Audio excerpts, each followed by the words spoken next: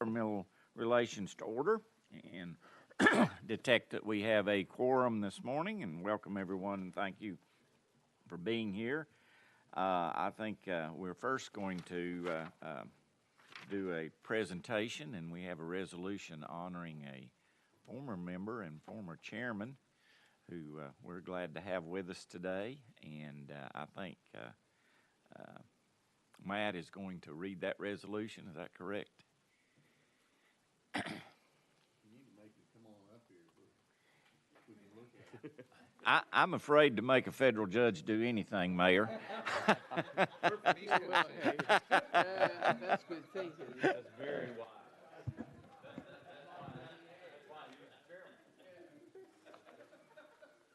can't believe this is happening. Where would you like me, Doc? Wherever. Right here, right over here. Don't get too close. I'll take you into custody. All right. Well, thank you, Chairman. Thank you, Commission. I'll read a resolution to honor Senator now Judge Mark Norris of Collierville, Tennessee, for meritorious service on the Tennessee Advisory Commission on Intergovernmental Relations. Whereas it is appropriate to honor members upon completion of their terms who have performed their duties with the utmost integrity and whose efforts have ensured proper attention to innumerable issues in fulfillment of the Commission's mission to serve as a forum for the discussion and resolution of intergovernmental problems, to provide high-quality research to state and local government officials in order to improve the overall quality of government in Tennessee, and to improve the effectiveness of the intergovernmental system to better serve the citizens of Tennessee. Whereas Judge Norris, a native of Ohio, who earned his Bachelor of Arts in Political Science from Colorado College and his Juris Doctor from the University of Denver, settled in Collierville, Tennessee. Whereas Judge Norris, with his wife Chris, raised two wonderful sons, Field and Cotter, and is the proud grandfather of two grandchildren. Whereas Judge Norris has a long and distinguished record of public service in elected office, having served as a member of the Senate from the 102nd through the 110th General Assemblies, and before that as a member of the Shelby County Board of Commissioners from 1994 through 2000. Whereas Judge Norris has held numerous leadership positions through which he has made immeasurable contributions to his community, his district, and this great state, including Senate Majority Leader from the 105th through the 110th General Assemblies, Chair of the Shelby County Board of Commissioners, Co-Chair of the Joint Ad Hoc Tennessee Blue Ribbon Task Force on Juvenile Justice, Director of the Tennessee County Commissioners Association, Chairman and Chairman-elect of the Council of State Governments, Chair of the Southern Legislative Conference, Chairman of the Southern Legislative Conference's Economic Development, Transportation, and Cultural Affairs Committee, Trustee for the Tennessee Historical Society, Vice Chair of the Shelby County Legislative Delegation, Director for the University of Memphis Intermodal Freight Institute, Chairman of the Regional Medical Center at Memphis Foundation, Director for the Boys and Girls Club of Memphis, Chairman for the St. George's Day School, and President of the Buckman Boys Club. Whereas, in the course of his career in the General Assembly, in addition to serving as Senate Majority Leader, Judge Norris has served with great distinction as Chair of the Senate Transportation Committee, Chair of the Senate Rules Committee, Chair of the Veterans Affairs Subcommittee, Vice Chair of the Senate Judiciary Committee, and is a member of the Senate Finance Ways and Means Committee, Senate State and Local Government Committee, Senate Environment, Conservation, and Tourism Committee, Senate Government Operations Committee, Senate Commerce, Labor, and Agriculture Committee, Senate Ethics Committee, Joint Pensions and Insurance Committee, Joint Committee on the Business Tax, Joint Committee on Workers' Compensation, and Select Oversight Committee on Corrections. Whereas Judge Norris has also served his community and his state through service on many committees and boards, including the Tennessee State Workforce Development Board, Tennessee Technology Development Corporation Board, National Conference of State Legislators, Memphis Research Consortium, University of Tennessee Health Science Center Advisory Board, Tennessee and Shelby County Farm Bureaus, Agricultural Extension Service, Southern States Energy Board, National Association of Counties Environment, Energy, and Land Use Steering Committee, Chickasaw Basin Authority, the Memphis and Shelby County New Arena Public Building Authority, the Tennessee Cattlemen's Association, and the Memphis Agricultural Club. Whereas, for his leadership and service, Judge Norris has been duly recognized with numerous awards and honors, including the 2014 Tennessee School Counseling Association Legislator of the Year, the 2014 Tennessee 911 Association Legislator of the Year, the 2014 Tennessee Life Science Industry Champion Award, the 2014 Silver Bayonet Award, the 2014 Northwest Tennessee Development District Legislator of the Year, the 2014 Tennessee Chamber of Commerce Champion of Commerce and Industry Award, the 2013 and 2008 National Federation of Independent Business Tennessee Guardian of Small Business Award, the 2012 and 2001 Silver Good Citizenship Medal from the Isaac Shelby Chapter of the Sons of the American Revolution, the 2011 Tennessee Medical Association Community Service Award, the 2008 Tennessee District Attorneys General Conference Legislator of the Year Award, the 2008 County Officials Association of Tennessee Outstanding State Senator Award, and the 2002 Henry Toll Fellowship Award from the Council of State Governments. Whereas, in addition to the aforementioned leadership roles in public service, Judge Norris served with distinction on the Tennessee Advisory Commission on Intergovernmental Relations from 2001 through 2018, serving continuously as chairman beginning in 2009, providing leadership and direction to the commission's staff. Now therefore, be it resolved by the Tennessee Advisory Commission on Intergovernmental Relations that we hereby honor and commend Judge Norris for his valuable contributions throughout 17 years of service on the Tennessee Advisory Commission on Intergovernmental Relations and for his honorable and dedicated service to the good people of this great state.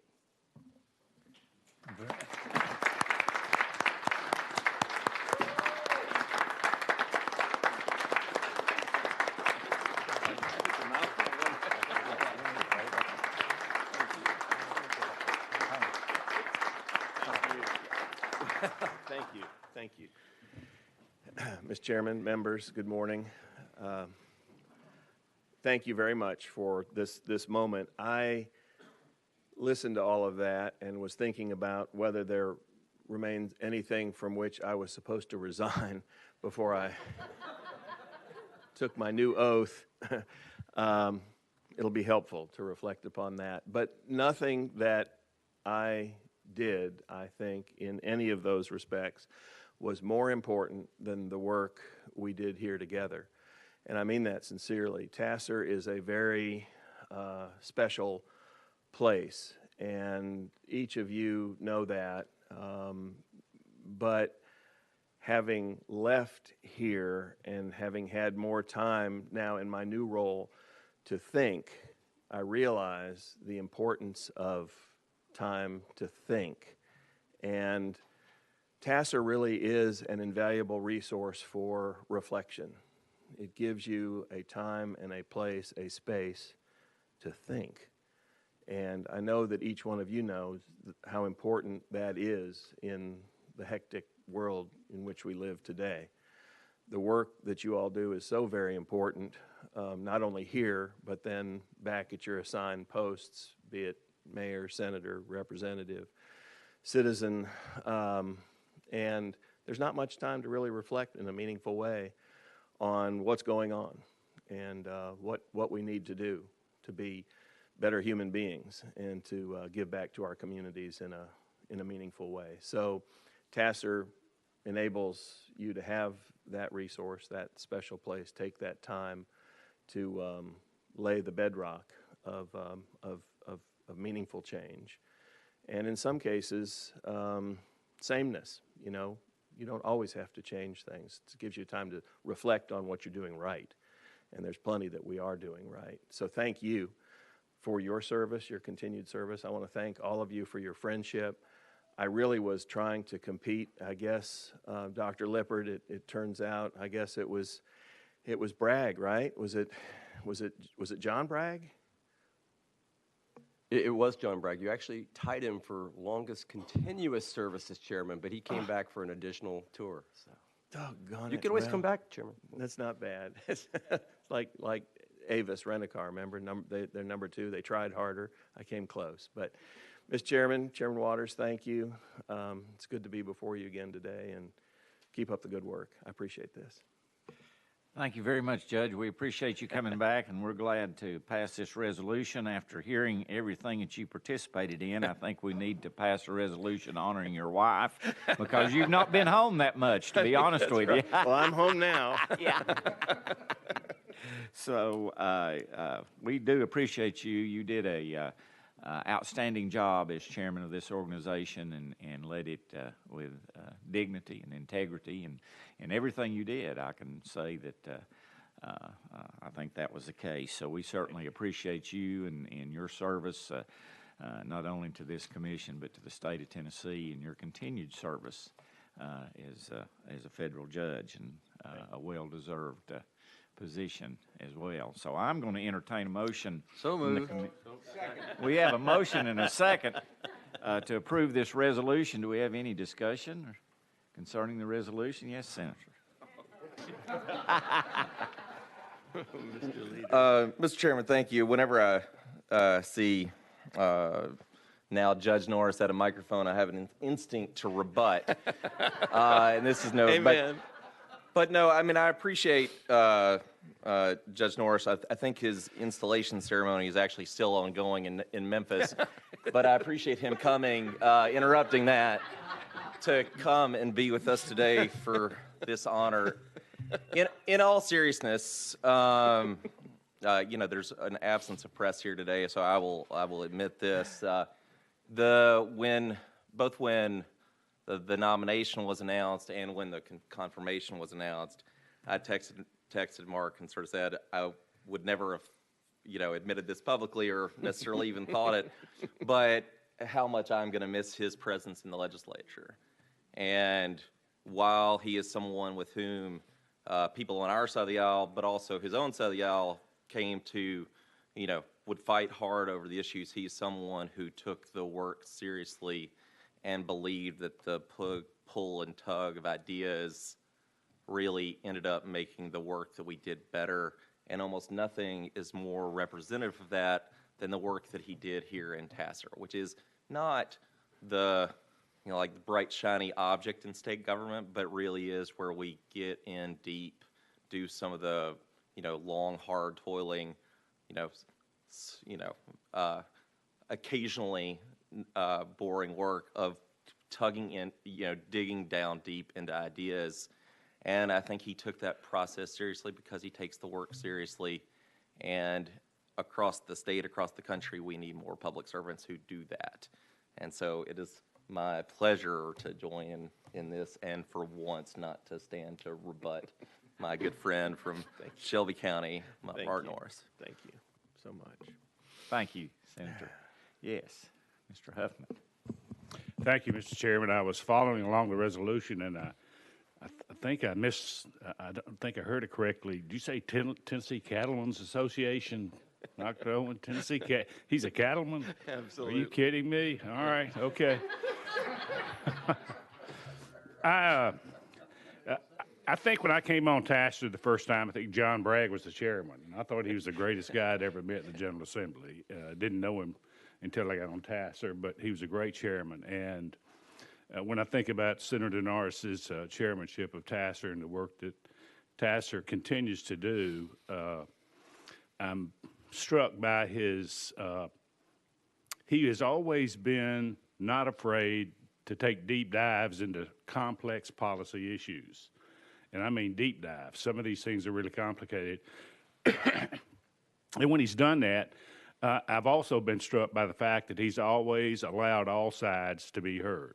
Every perspective has got the chance, folks, regardless of what their view is, to come before TACIR and let their voice be heard. And so his fairness, his fearlessness in tackling some of these complicated issues, and his steady leadership on TACIR really shows that he's now in that long line of TACIR chairmen, going back to John Bragg and all the other chairmen of TACIR. Quite frankly, we have a history of great, outstanding chairmen, and he certainly joins that distinguished group now as he has left us. But the work that he's done, the leadership he's provided, has really been a model for how government ought to work. And I appreciate all your work. Thank you. Thank you so much, Jeff. I appreciate it. Anyone else? Hearing nothing else, all in favor of the resolution, please indicate so by saying aye. Aye. All opposed likewise. Declare the resolution adopted. Thank you. Oh. Where would you like?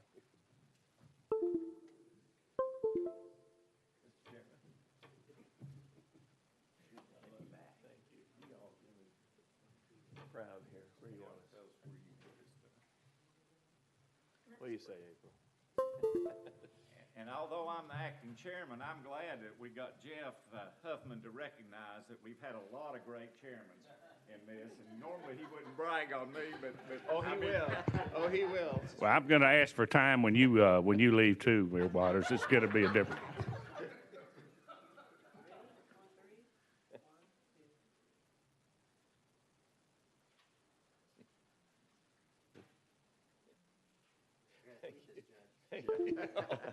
Just don't live stream it. Thank you, Mayor. It's great to see you guys. Thank you, Judge. Thank you. Thank you, Dr. congratulations. Thank you, Mr. Chairman. Thank you. Oh, wait. Wait. All right. Chairman Yeager.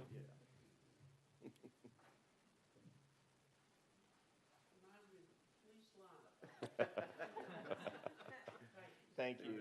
Thank you all very much. Thank you. You're all the greatest.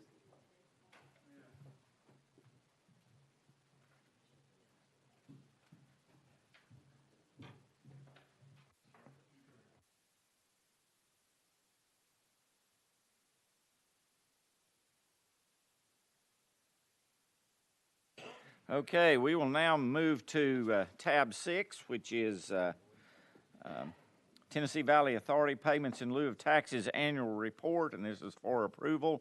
And I'll recognize Dr. Owen to make this presentation. It's all right, I'll sit for this one. Thank you, Chairman, again. Thank you, Commission. Today I will be presenting the Commission's annual report on the Tennessee Valley Authority's payments in lieu of taxes for your approval. You can find a copy of the report behind tab 6 in your docket books.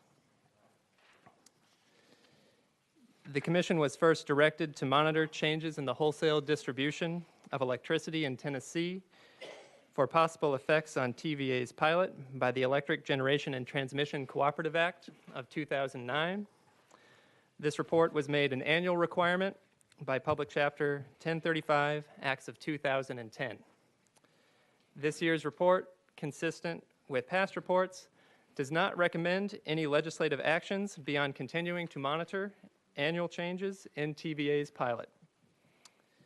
The report itself follows the same general format as last year, so I will just draw your attention to a few points of interest in the updated information for this year.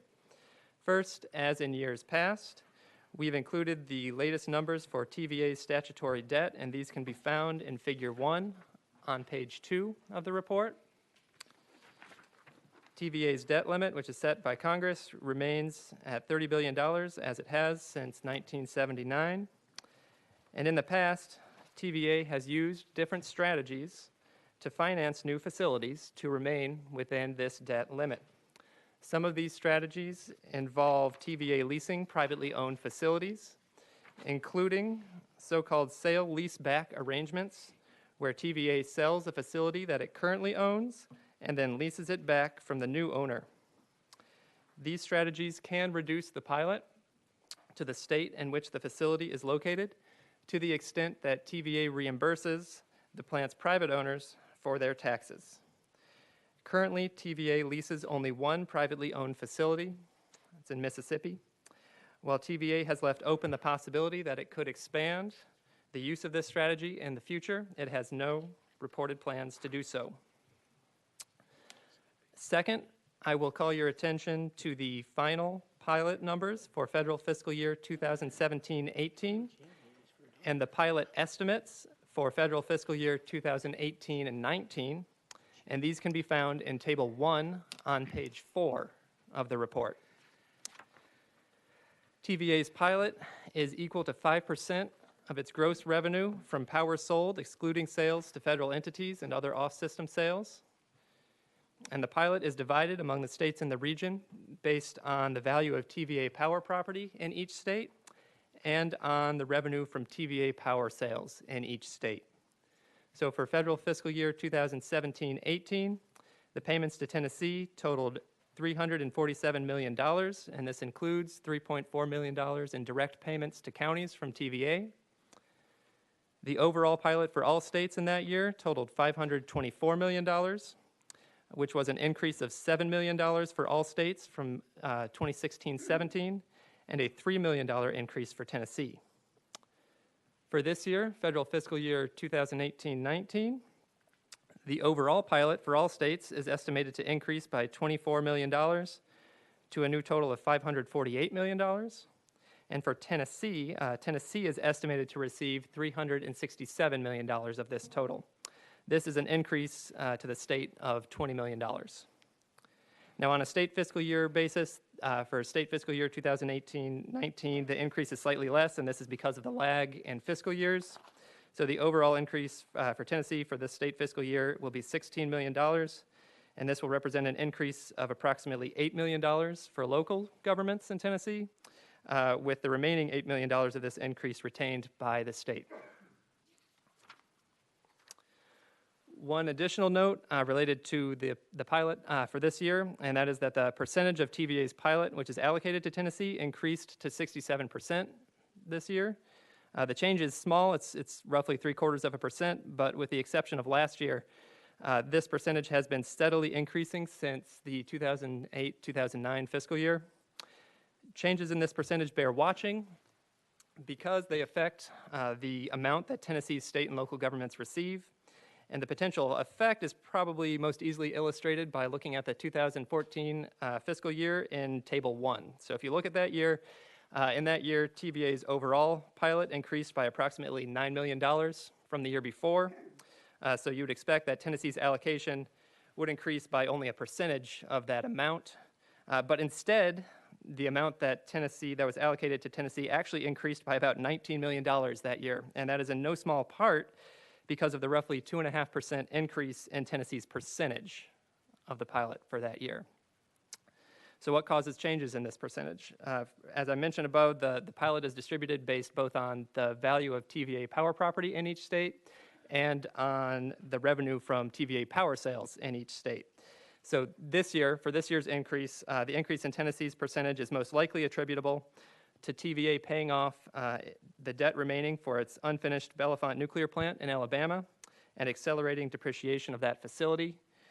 This decreased the value of TVA power property in Alabama relative to other states in the region, including Tennessee. Looking forward, TVA continues to modify its power system in response to the changing economics of power production, environmental mandates, and the plans and projections in its 2015 Integrated Resource Plan. You'll note on Figure 2 on page 12, which provides information on the planned and forecasted changes in TVA's power system by resource type from the IRP. TVA is actually in the process of finalizing an updated Integrated Resource Plan, which it plans to release in the summer of 2019, and Commission staff will monitor any changes in this update for any potential effect that they may have on the pilot. Next, I'll turn your attention to tables 2, 3, and 4 on pages 13, 14, and 15. And these provide information regarding changes in the operation of TVA's coal-fired power plants related to environmental mandates and the changing economics of power production. Since 2011, TVA has retired 18 of its 59 coal-fired power plants, or coal-fired units, to comply with environmental mandates, and these retirements are summarized in Table 2 on page 13. It has also retired an additional 15 coal-fired units for business reasons, and these are summarized in Table 3 on page 14. Finally, it continues to operate another 26 coal-fired units, and these can be seen on Table 4 on page 15. This fall, TVA announced that it would evaluate whether to retire the lone coal-fired unit at its Bull Run plant in Anderson County and the lone remaining coal-fired unit at its Paradise plant in Kentucky. So future actions could affect the balance of power property across the states and the region, and therefore could affect the percentage and the overall amount of the pilot that each state receives. With that, I will close with the common refrain that we concluded with in years past, which is that there's no guarantee that the pilots will go up or even remain the same from year to year. And this is something for governments to take into consideration when incorporating revenue they receive from TVA's pilot and their budget and planning processes. So I thank you for your time, and I am happy to address any questions you may have before seeking approval of this report. Questions from members of the commission? Yes, Representative Carter. As always, thank you for a very detailed report.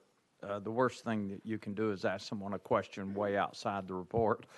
I need to do that anyway. Okay. If you would, not expecting an answer today, Okay. but if you would take a look at this. Yes, sir. Recently, TVA announced they were going to move a facility from Chattanooga and Hamilton County into Meigs County.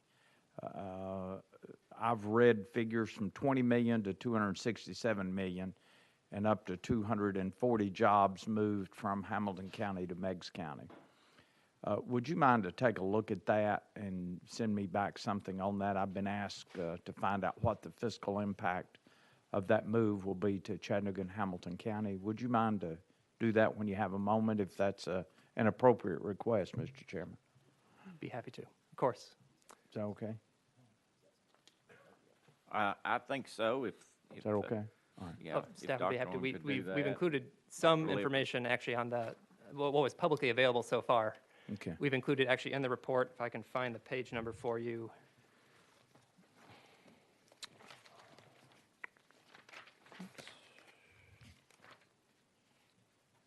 I believe it's page 10. But as you've noted, what is publicly available, TVA has not announced what, if any, effect that could have on payments in lieu of tax to Hamilton County. So we Well- will continue to look into that. Mr. Chairman, may I? Sure. Well, I met with them and they promised to send those figures, and they haven't yet come, and I told them I knew a young man in Nashville that could get it for me. And so just hold off. So let's look at that as complimentary of TACIR and the great work that's done here. So if that's not outside our scope, that sure would be a great benefit to the county commission and the city commission in Chattanooga to have that information. If you can, if that's appropriate, I would make that request. Thank you, Mr. Chairman. Okay, thank you. Dr. Lippert is shaking his head, representative, that the TACIR can do that, and I'm sure Dr. Owen will move forward with your request. Other comments concerning this report? Yes, Senator. Thank you very much. I have a question for our presenter. I have looked at your report and heard your presentation, and took particular interest with references to the Bull Run Steam Plant, which serves Anderson County and provides employment in Roane and surrounding counties, which is in my senatorial district. And I'm interpreting this report as just informative of what the TVA is doing, and that my reading of this in no way is supporting the effort to close or offer comments on the closure of the Bull Run plant. That's correct, because I could not vote for that at all. No, but I want to that's- confirm that that's what I think this report is That's doing. correct. That was included for informational Thank you. purposes. I appreciate that. Other questions? Hearing none, I'll entertain a motion to approve the report as presented. We have a motion. We have a second. We have a second. Any further discussion or questions concerning the report? Hearing none, all in favor of approval, please indicate so by saying aye. Aye. All opposed likewise. Declare the report approved. Thank you. We'll move to the next one, is the annual report on Tennessee's public infrastructure needs. Final report for approval. Can you hear me? Yes. All right. Good morning, Mr. Chairman and Commission members. Today I will be presenting a brief overview of the information on the Public Infrastructure Needs Inventory. A hard copy of the report has been provided for your approval under tab 7. The current report is the 17th report prepared since the inventory began in the late 1990s. The information in this report is based on the 5-year period of July 2017 to June 2020, and the total estimated cost of the needs reported in this period is $49.8 billion. This is a $5 billion increase since last year's report. Improvements needed for infrastructure supporting transportation and utilities, education, and health, safety, and welfare continue to account for most of the inventory, with changes to estimated cost of education and transportation utility categories being responsible for most of the reported overall increase this year. As in last year's inventory, nearly 2/3 of the estimated costs of the needed improvements reported in this year's inventory are not funded, though more funding will become available as projects move from the conceptual stage to the planning and design stage. Table 1 on page 9 compares the estimated costs to the previous inventory report.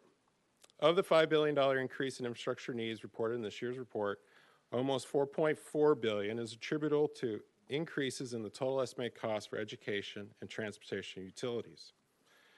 Needed improvements for education infrastructure show the largest overall increase, $3.2 billion.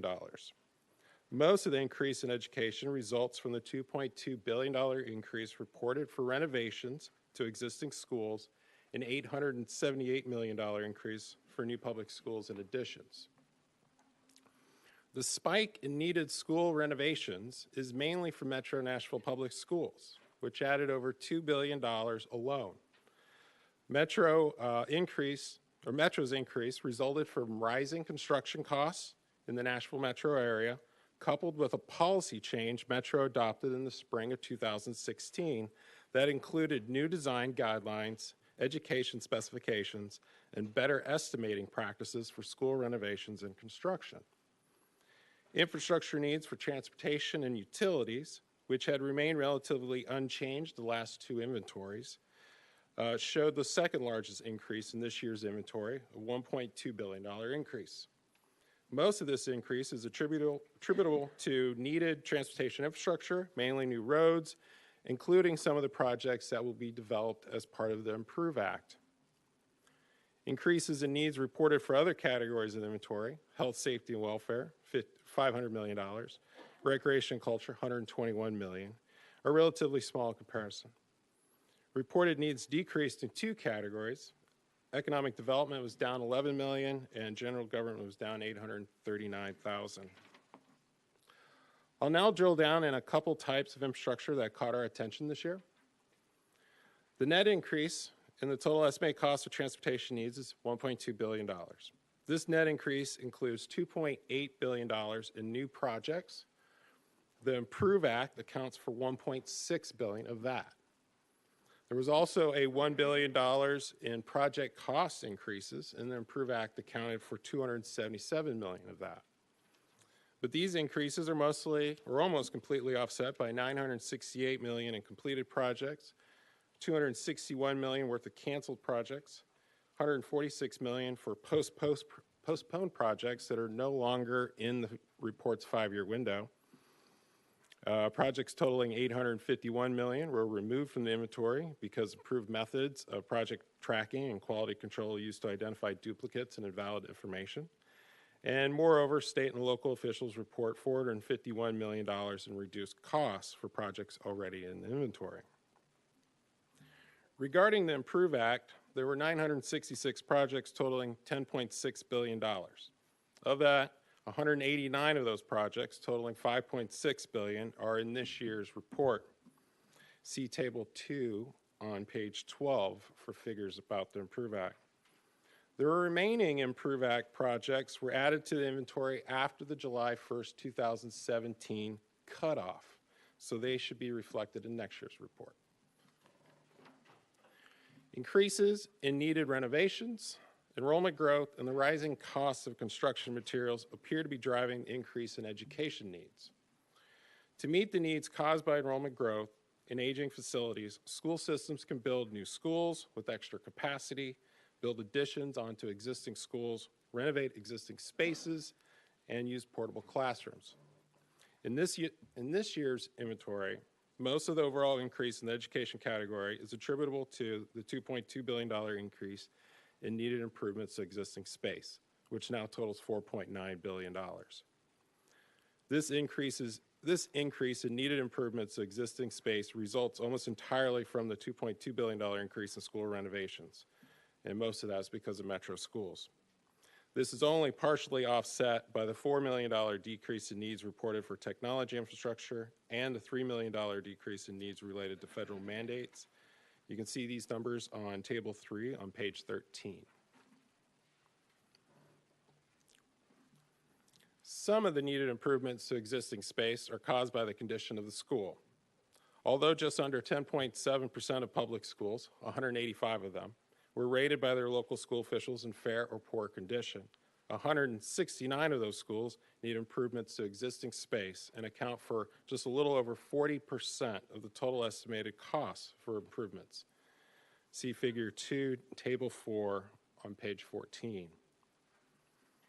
The need for new school space also continues to increase in this year's inventory, $878 million, and now totals $3.6 billion. Broken down by type of need, local officials reported a $117 million increase in the need for additions to existing schools and $761 million increase reported for needs for new schools. Of the $3 billion total needed, $3 billion needed to build new school space, $972 million is for 24 new school projects added to the inventory this year by 12 school systems. Of these 24 new school projects, almost half are needed in Rutherford and Wilson counties, which each need 5. Over half of all school systems reporting a need for new schools have growing enrollments. See Table 5 on page 15. Of the 12 systems with newly reported needs for a new school, 9, the county school systems of Bradley, Giles, Jefferson, Murray, Monroe, Montgomery, Rutherford, Wilson, and Williamson, reported needing an additional school instead of a replacement school where the old building is demolished and replaced. Only 5 of these 12 systems experienced enrollment growth from 2012 to 2017, but these 5 school systems account for 64% of the estimated cost for new schools and are located in the metro Nashville area, which has been growing and attracting new people at a strong pace. Another reason for the increase in the cost of needed education infrastructure could be the rising cost of construction materials and labor. The U.S. Bureau of Labor Statistics New School Construction Price Index rose 24 points, or 18%, from July 2010 to July 2017. And RS Means, data by Gordian, an industry-leading construction cost estimating company, shows growth in square foot costs for schools increasing in a similar manner. In 2010, the average cost of a completed new school in this inventory was $16 million. 5 schools were completed since last year's report was published for a total cost of $140 million at an average cost of $28 million. Over the next 5 years, local officials report needing 81 more schools at an average cost of $37 million. The need for upgrades at state correctional facilities, new law enforcement space, and public health facilities accounts for most of the increase in the health, safety, and welfare category. Law enforcement infrastructure is primarily made up of state prisons, local jails, justice centers, and police stations. As Tennessee's population grows and facilities age, new facilities need to be built, and old facilities need to be upgraded. Prison inmates spend most, if not all, of their time confined to an assigned correctional facility. As you can imagine, this puts considerable wear and tear on a building, and as inmate population grows in Tennessee's correctional facilities, it's no surprise that they eventually need upgrades and improvements from time to time. This year's inventory includes a large increase in the estimated cost of law enforcement infrastructure, a $403 million increase to a new total of $1.5 billion. Almost 3/4 of this increase results from necessary upgrades and improvements at existing state correctional facilities and needs for new law enforcement facilities. The state needs to build a new Tennessee Highway Patrol headquarters in Nashville at a cost of $120 million. At the local level, governments mainly need new space. Ray County needs $28 million to renovate an old hospital for a new county courthouse and justice center. Brentwood needs $21 million for a new police headquarters. Cookeville needs $20 million for a new police department facility to accommodate increased staff and officers. And Hamilton County needs $20 million for additional beds at the Silverdale Correctional Facility. This year's inventory also includes a large increase in estimated costs for public health facilities, a $121 million increase to a new total of $466 million. Most of this increase is attributable to the addition of 3 projects. The state reports needing $55 million for a new veterans nursing home in Bristol, a little over $11 million for a new regional office at the Green Valley Development Center. Furthermore, local officials in Sequatchie County report needing $33 million for a new 25-bed critical access hospital in Dunlap.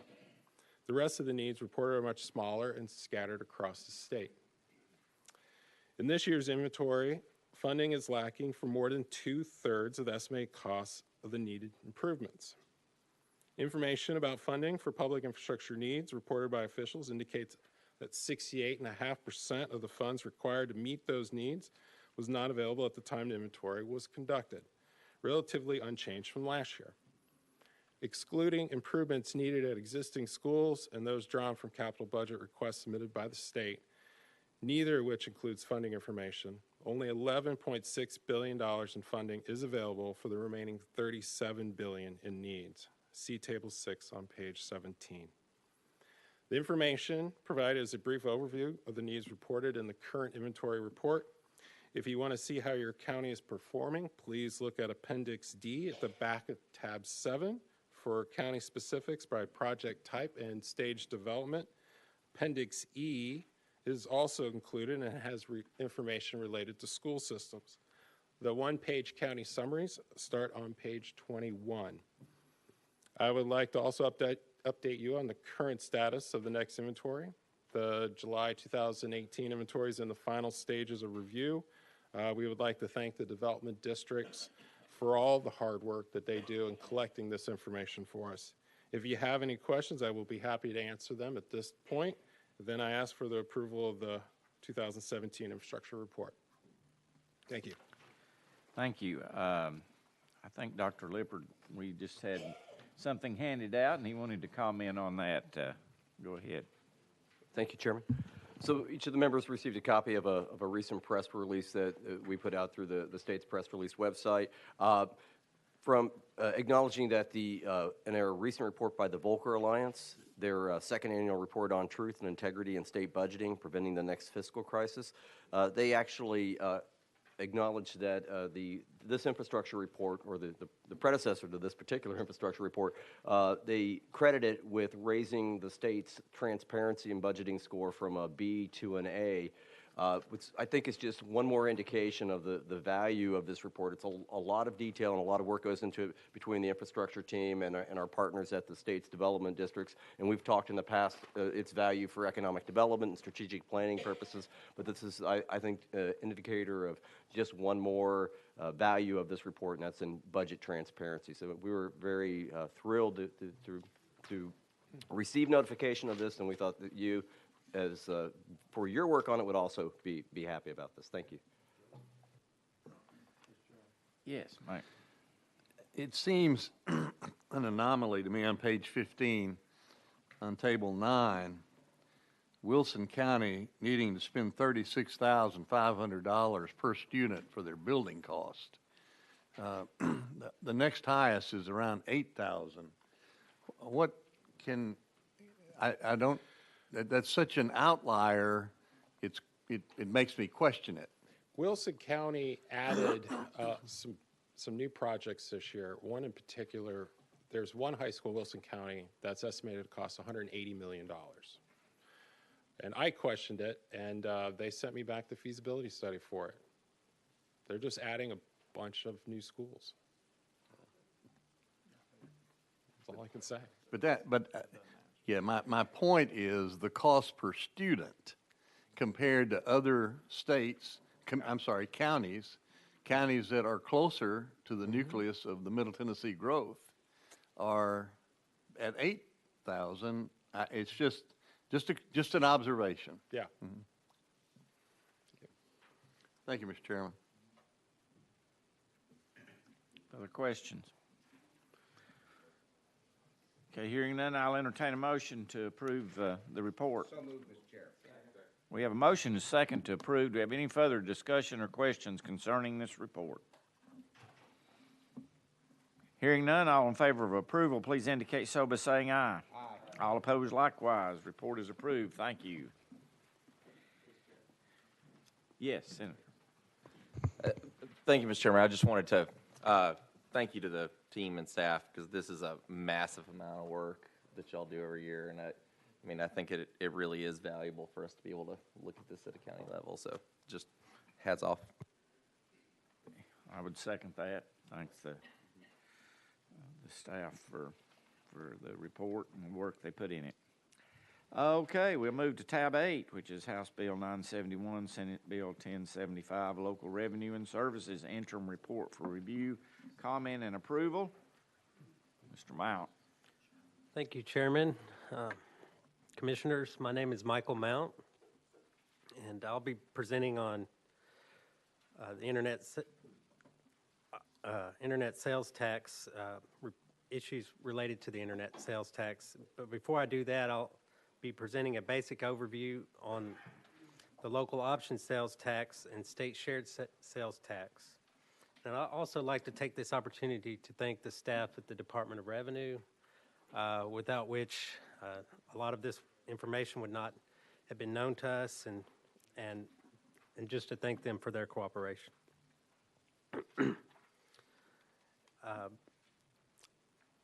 You should be receiving some handouts. There's a handout on a local option sales tax and also a Venn diagram on the internet sales tax issues. So,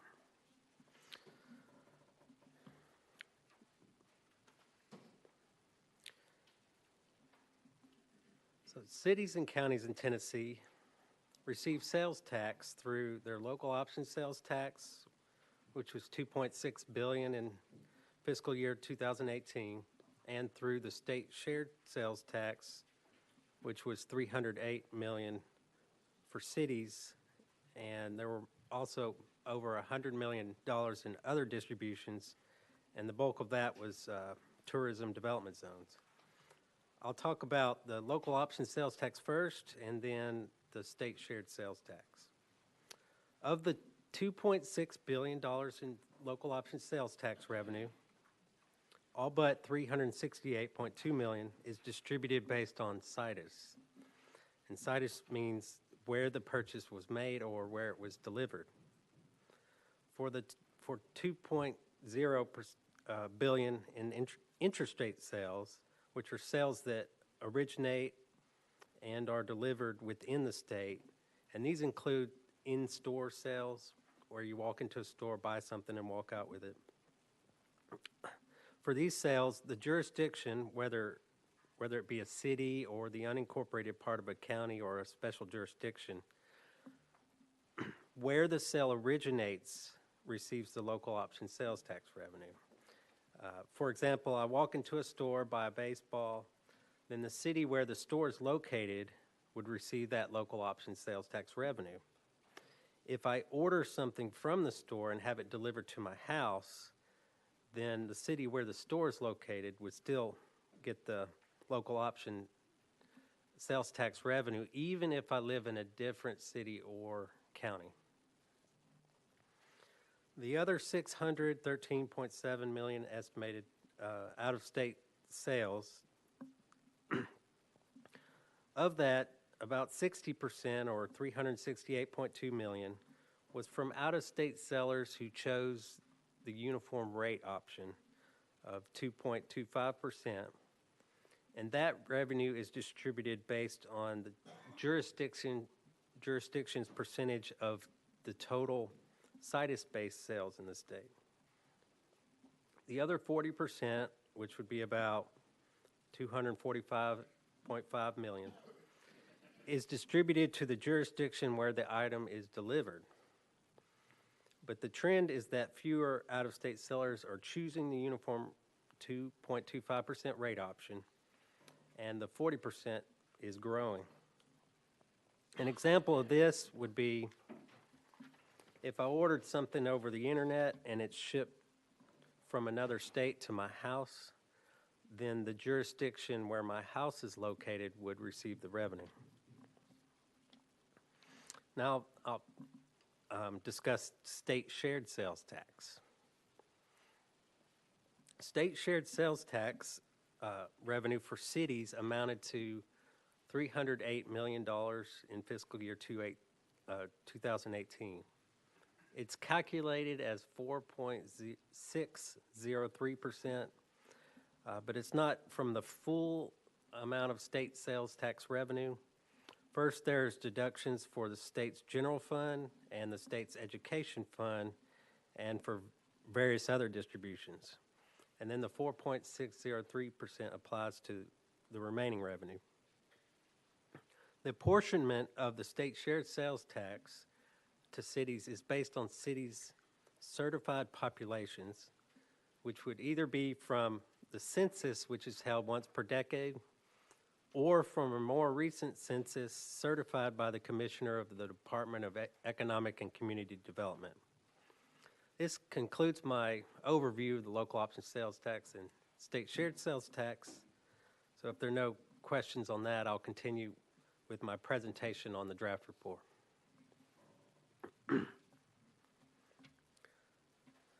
The attached interim commission report on internet sales tax is submitted for your review, comment, and approval and can be found behind tab 8. It was prepared in response to requests by the House Finance Ways and Means Committee in April of 2018.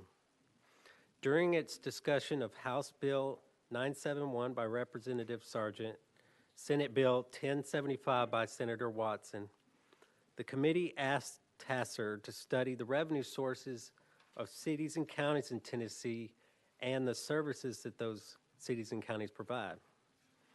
The commission formed a working group of its local members to examine these issues, and the group suggested that the study initially focus on internet sales tax collection and distribution in light of the Wayfair versus South Dakota case and on provisions in Tennessee law set to become effective on July 1st, 2019, relating to the Streamlined Sales and Use Tax Agreement, which is a multi-state effort that has the effect of reducing the burden of sales and use tax collection on retailers.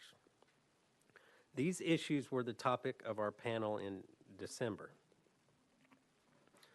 The Supreme Court's Wayfair decision in June of 2018 opened the way for states to require more out-of-state sellers with no physical presence in the state to collect the sales tax.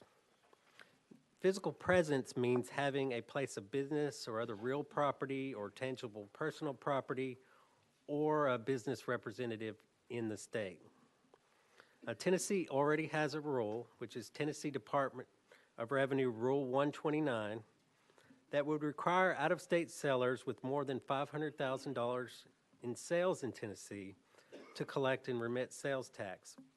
But the General Assembly put enforcement of the rule on hold until further review. The Department of Revenue estimated that if Rule 129 were enforced, local option sales tax revenue would increase by $53.4 million and state shared sales tax would increase by $6 million. Because it would eliminate an unfair tax advantage for some out-of-state sellers, and as with South Dakota's law, of which the Supreme Court approved of in its Wayfair decision, it wouldn't apply retroactively, and it includes a safe harbor for those who transact only limited business within the state. The report recommends that the General Assembly allow the Department of Revenue to enforce Rule 129. In its Wayfair decision, the Supreme Court spoke favorably of South Dakota's full membership in the Streamlined Sales and Use Tax Agreement, but it did not require full membership in the agreement as a prerequisite for taxing out-of-state sellers without a physical presence in the state. Previously, Tennessee's adopted some of the Streamlined Sales and Use Tax Agreement provisions to become an associate member of the agreement. along with some other provisions with implementation delayed until July 1st, 2019, unless the General Assembly acts. For most of these provisions, the report recommends that the Commission take no position on whether the provision should become effective. But some of these provisions would involve significant changes to Tennessee's sales and use tax laws that may not be in the state's interest at this time. These include three major changes to the state's sales and use tax law. First, for sales between sellers and consumers who are both located in Tennessee, the jurisdiction where the delivery occurs, and not necessarily the jurisdiction where the seller is located, would receive the local option sales tax revenue. But to avoid complicating sales tax collection for in-state sellers and avoid shifting revenue away from jurisdictions that have already invested in infrastructure in support of retail locations, the report recommends that Tennessee continue to distribute local option sales tax revenue from intrastate sales to the jurisdiction where the sale originated and not to its delivery destination. And this is what is referred to as sourcing. And to illustrate what this means, let's say you go into a store in one city and buy furniture and have the store deliver it to your house, which is located in another city. Currently, the local option sales tax revenue would go to the city where the store is located, but unless the General Assembly acts, this would change on July 1st, 2019, and the revenue would go to the city where your house is located. The second major issue, the state and local single article caps would be limited to motor vehicles, aircraft, watercraft, modular homes, manufactured homes, and mobile homes. And although not required by the Streamlined Sales and Use Tax Agreement, a program is set to go into effect on July 1st, 2019 that would refund businesses for additional tax owed because of this change. To avoid the need for such a program and to avoid raising taxes on non-exempt high-value items, the report recommends that Tennessee retain its single article cap for all sales. The third major item,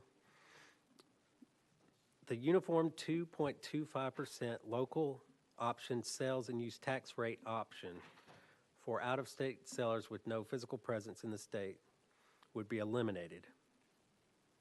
Local option sales tax revenue from sellers that choose to apply the uniform 2.25% rate option is distributed in the same proportion as collections from other out-of-state, or excuse me, other local option sales tax revenue.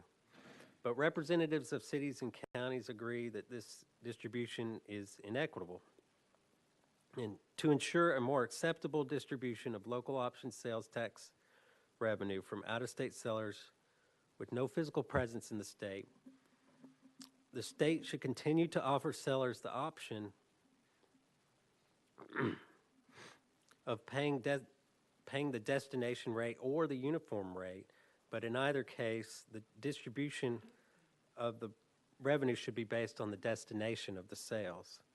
And I should mention here that another possibility would be to change the uniform rate, which is currently 2.25%, to another rate such as 2.75%, which is the maximum local option sales tax rate. And I'll also mention that the Department of Revenue produced a fiscal memo on enabling Rule 129 in 2016 that said that $160.5 million increase in state sales tax revenue and $59.4 million in local sales tax revenue. But these estimates have an assumption of 100% compliance, and they also don't take into account sellers that have already started to collect sales tax in Tennessee between 2016 and now. In Appendix E and F, we tried to estimate the effect on cities and counties of either eliminating the uniform 2.25% rate option or changing the distribution basis either to the destination or population. In the handout, it also shows a scenario where the uniform rate option is changed to 2.75%. These estimates were based on a method that was used by Dr. Fox of the University of Tennessee, Knoxville Center for Business and Economic Research in 2005, and that was based on personal income estimates. And we also made an adjustment for business-to-business sales. Eliminating the uniform 2.25% rate, along with enabling Rule 129, would increase local sales tax revenue by an estimated $86 million overall, but it would take an estimated $27.4 million out of the state's $160.5 million increase to hold harmless every local government that would lose revenue in the first year. If instead of retaining the uniform 2.25% rate, instead of eliminating it, the uniform rate option is retained, the report recommends that a more acceptable distribution basis, such as destination or population, should be used.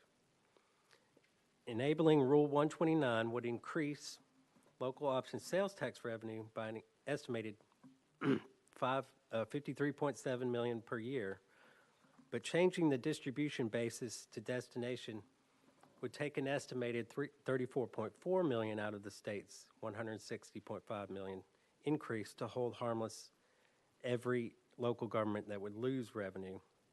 And changing the distribution basis to population would take $47.7 million. Another possibility of retaining the uniform rate but increasing the rate from 2.25 to 2.75% would require a hold harmless of about $19 million. That is my presentation. If there's any questions. Questions from members of the commission? Yes, Mayor. So, excuse me, in the report, on the first page of the report, where it says that because of, well, let me ask you this procedurally. Should we put this on the floor as a whole and then make amendments, or should I make suggestions before we get that far? We have the report before us, so I would probably be simpler to put the report on the floor as it is, and then I'll accept amendments. Okay. Well, I'll so move, and then I'll have an amendment. We have a motion to approve the report as presented. We have a second. We have a second now. All right, now, so on that first page, where it's highlighted, because it would eliminate an unfair tax advantage, that we would add after where it says Department of Revenue to enforce Rule 129, that we would add the statement, further, the state should explore the possibility of lowering the $500,000 threshold at some point in the future. And that would get us more in line with what we're seeing with other states. I think, 13 of them or so have gone to, is that right, Dr. Matt? Somewhere about that, have gone to the 200,000. I don't remember the exact number, but a number of states have done that. I believe it's about 20 states that have gone to 100,000. Yeah. Threshold. So I think it's not something that has to be done in conjunction with Rule 129, but I think it is something that we should look at once implemented. We have a motion and a second to amend the report. This would be the first amendment, which would further state that further the state should explore the possibility of lowering the $500,000 threshold at some time in the future. Is that correct? Yes. Okay, now we're on the amendment. We'll have discussion on the amendment. Yes, Mr. Huffman. Thank you, Mr. Chairman. I'd like to hear from Revenue why Tennessee set the $500,000 threshold. I think Massachusetts is the only other state at 500,000. Why was it set at 500,000? If we drop it below that, what are the ramifications of dropping it below that? And why has Tennessee not added the number of transaction requirement like some of the other states as well? And whether that's something that we need to do or not. If we have someone from the Department of Revenue, if you come to the podium and be recognized and state your name, please, and address Mr. Huffman's question. I know you weren't here for answering questions, but I spotted you. Yes, sir. Thank you, Mr. Chairman. David Gergano, Commissioner of Revenue. I didn't have prepared remarks or anything like that, but I'm happy to try to provide information as best I can. As far as the question why Tennessee is at 500,000 and 19 or 20 other states are at 100,000, to put it in a little bit of context, we did that back in 2016 when we promulgated the rule. All those other states had not acted at that time. South Dakota adopted legislation at the $100,000 level. And of course, they're a smaller state economically. And that's what went up to the court. And so $100,000 was what was in the Wayfair case and what the court looked at. And then subsequently, many of those other states adopted that $100,000 level that South Dakota had adopted that was in the court case. So I think that's why a lot of other states have landed at that level. We put $500,000 in our rule when we promulgated it because it was consistent with the threshold that had been put in place legislatively a couple of years before for franchise and excise tax and business tax purposes. We felt at the time, for better or worse, when we were promulgating that rule, we thought there was value in having that threshold consistent across those three taxes. Before he leaves the podium, right here, Yes. Commissioner. Yes, sir. You mentioned the Wayfair case, and it's been mentioned in the report. There was some talk of another lawsuit in Tennessee regarding this same matter. Can you confirm or deny if that case in fact was settled in December? Yes, sir. There was a case challenging our Rule 129 after it was promulgated. It was pending in Chancery Court when Wayfair was decided, and it has subsequently been dismissed. It was dismissed November 5th, I believe. Okay, so if we could just somehow let the record show that, because there's been a lot of discussion about us not being able to act pending that action, and I just want it to be on the record that in fact that has been dismissed. Thank you. Okay, thank you. Yes, Mayor.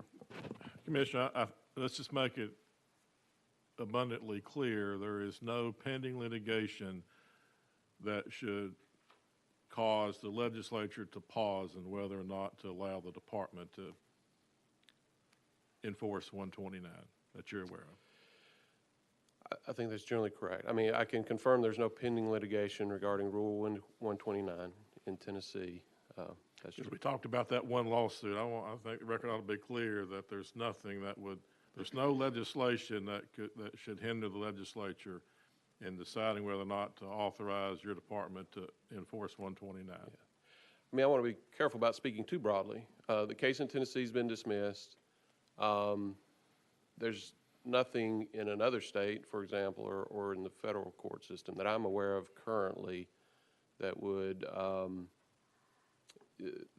fall into that category. Okay, thank you. Yes, sir. Further questions? We're on the amendment now. Yes, Mayor.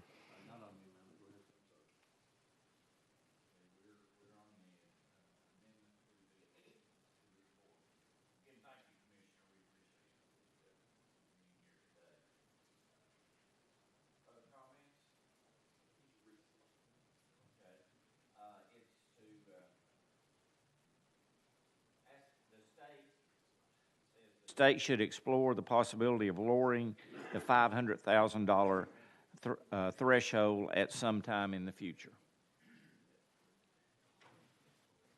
That's the amendment. Yes, Mayor. Would you consider an amendment to your amendment? And what I would propose is that we amend the motion to amend so that it says to lower the threshold to 100,000 to be consistent with the overwhelming majority of other states on this issue. Because I think factually that's correct. I would make the motion to amend it by adding Okay, that language. I'm going to, yes, Representative Carter. Thank you, Mr. Chairman.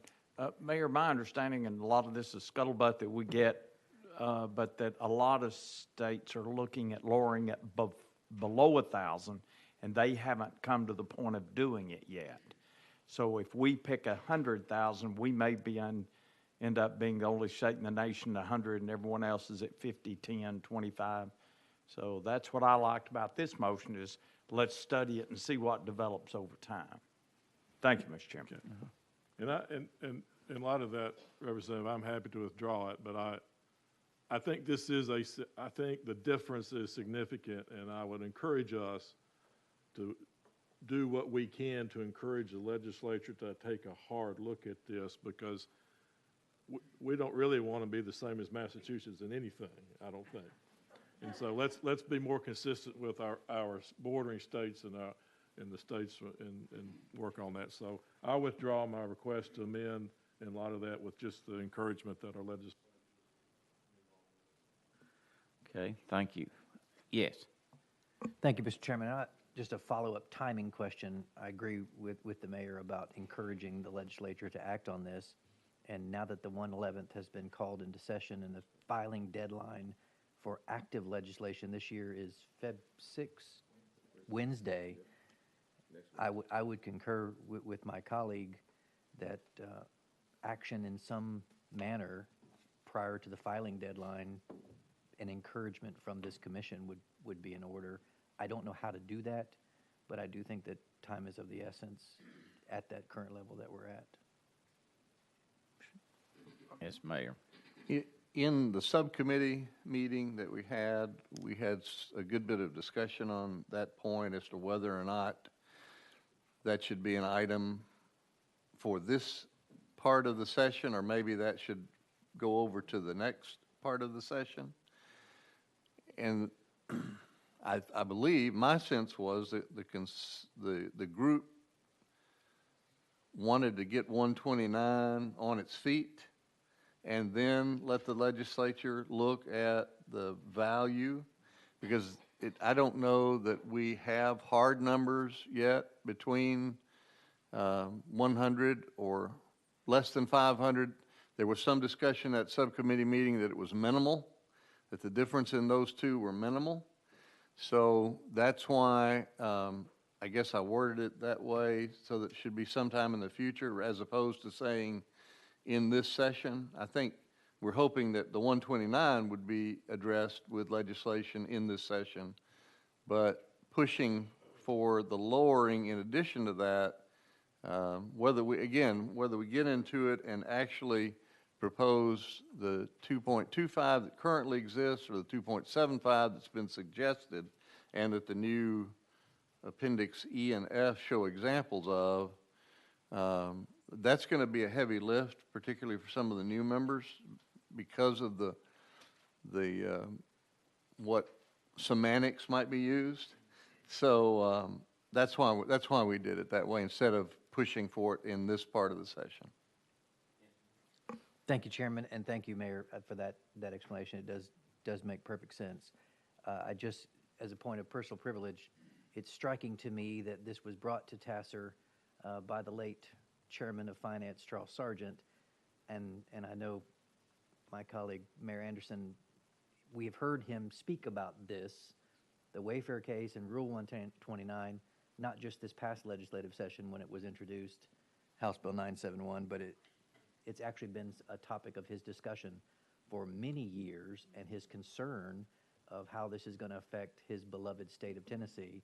So I sit here this morning sort of with great respect for his foresight in making sure that his state was taken care of even after his passing.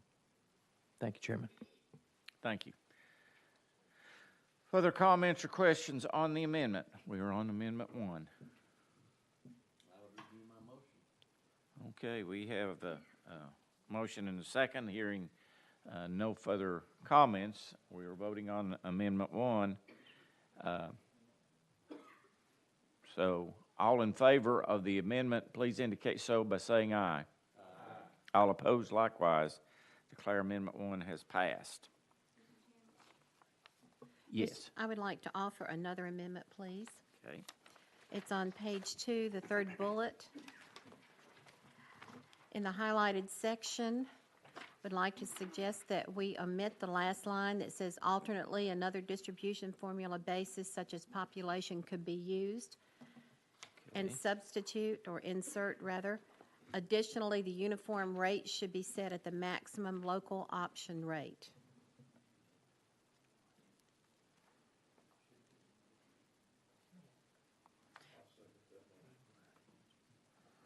And that is reflected in the new, as Mayor McDonald mentioned, that's reflected in the new handouts that we have.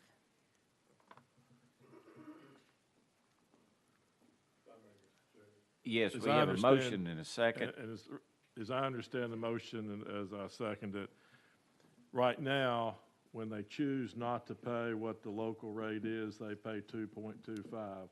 Many of our municipalities and counties have 2.75. We don't want to create an unfair, we don't want to create a disadvantage for local bricks and mortar when someone can get an immediate 0.5% savings by ordering over the internet. And what this simply says is if they choose not to pay the local rate, the uniform rate they pay would be 2.75, which is the maximum rate being collected in many counties and municipalities. And that would eliminate that unfair disadvantage some of the local bricks and mortar have. Thank you. Okay, we have a motion and second on amendment. This would be the second amendment, which would be eliminating the last sentence on the second page, deleting that, and adding additionally the uniform rate should be set at the maximum local option rate. Is that correct? Yes, sir. Okay. Yes, Representative Carter. Thank you, Mr. Chairman. And Mayor, may I ask you about that, because I'm a little confused from what little I know about what you said, and this is all new to me, but if my little city, Collegedale, is at 2.75, that must be collected because that is the law. However, if they're at 2.25, your motion will have that vendor collect more than state-allowed sales tax. Am I correct? Well, if the motion would require, the seller would have the option. The seller could say, I will pay the local rate, I will charge 2.25 for that transaction. The seller could also say, I'd rather just pay 2.75. And you're correct, it will mean in that transaction that citizen may end up, if they choose that, they're going to pay 2.75, or if they bought it locally in Collegedale, they would pay 2.25. I would say that's an advantage. That's saying we're going to tip, if we're going to tip the scales, we're tipping it in favor of the local bricks and mortar in Collegedale. And maybe if that matters, they may purchase there. But if not, then, they should, the vendors, people competing in other counties where the rate's 2.75 shouldn't have to be at disadvantage, on an automatic disadvantage because Collegedale chooses 2.5. I would argue this can be an advantage to the local sellers in Collegedale because they may be cheaper, all said and done, than somebody selling over the internet. And so that's why weighing everything and trying to do what we can to create as level a playing field as we can for our local sellers. That was why I supported that amendment as we talked about in the local working committee. Mr. Chairman, one question, and I'm like you, Mayor, the old lawyer comes out in me, and I don't know how to act. But my concern with this, we are delegating to an out-of-state corporation the right to raise a tax on our citizens without authority and within the sole discretion of a corporation. I don't know that I've ever heard of that. And so that's just a foreign concept to me, but we've got a subcommittee that's done great work, and I appreciate that. So that's just a question that maybe we need the Attorney General to rule on. Can we delegate to a private corporation the right to up the taxes on our citizens? Thank you, Mr. Chairman. Okay, yes, Mayor. If I understood revenue correctly in our subcommittee meeting and some of the other members of staff, we have counties and cities below the 2.25 right now. Perhaps at least one county at 1.75 is what I heard. Is that true? So I'm getting a yes from the shake of the head in revenue. So in essence, what you're saying is already in the internet sales tax agreement for all the states that are participating. So I just point that out, that the concern you have exists, I think, already. Thank you, Mr. Mayor, and you've helped me with this more than anybody, but maybe I missed that. Revenue ruling 129 raises it to 2.25. That passed. State government, 129 has. That's a regulation of the Revenue Department, correct? It's been approved. Didn't we do that in 16? Approved with a pause. Yeah, I think so. I think we did that in 2016, anticipating with Charles Sargent's leadership that Wayfair was coming and doing that. So that took governmental action. And I'm sure it's just because I don't understand this, but it seems to me to allow a corporation in Coeur d'Alene, Idaho, to up the cost to a person in Ottawa from 2.2 to 2.25 to 2.75 raises certain legal issues. Now, in my area, to my knowledge, we're all at 2.75, so it doesn't. I wouldn't want it to be 2.25 and them get a benefit over the local. So I understand the problem. I'm just saying that my mind's spinning as to how we would word that in such a way that it wouldn't be a lightning rod to lawyers across the state. Thank you. Yeah. Mayor Greer.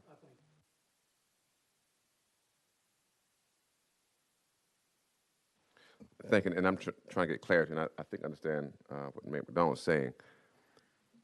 Currently, we do have some places where the local sales tax is less than 2.25, correct? If a business that is not located in the state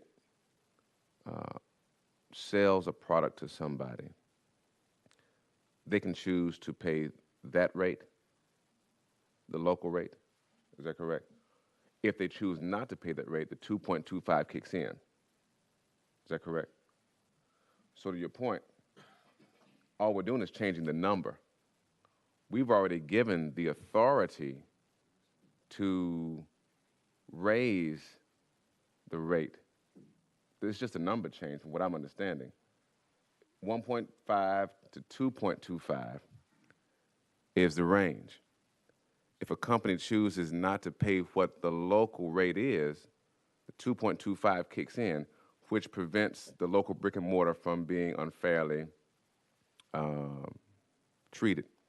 And so I think what we're saying now is to go from 2.25 to 2.75 to prevent someone from saying, well, the local rate is 2.75, and if I can choose to not pay that and pay a lower rate, I'm going to choose 2.25.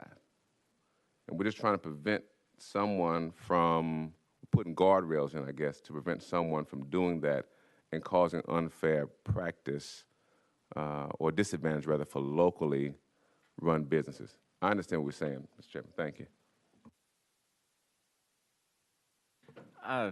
Commissioner, would you like to expound on what we're talking about a little bit? You may not like to, but would you?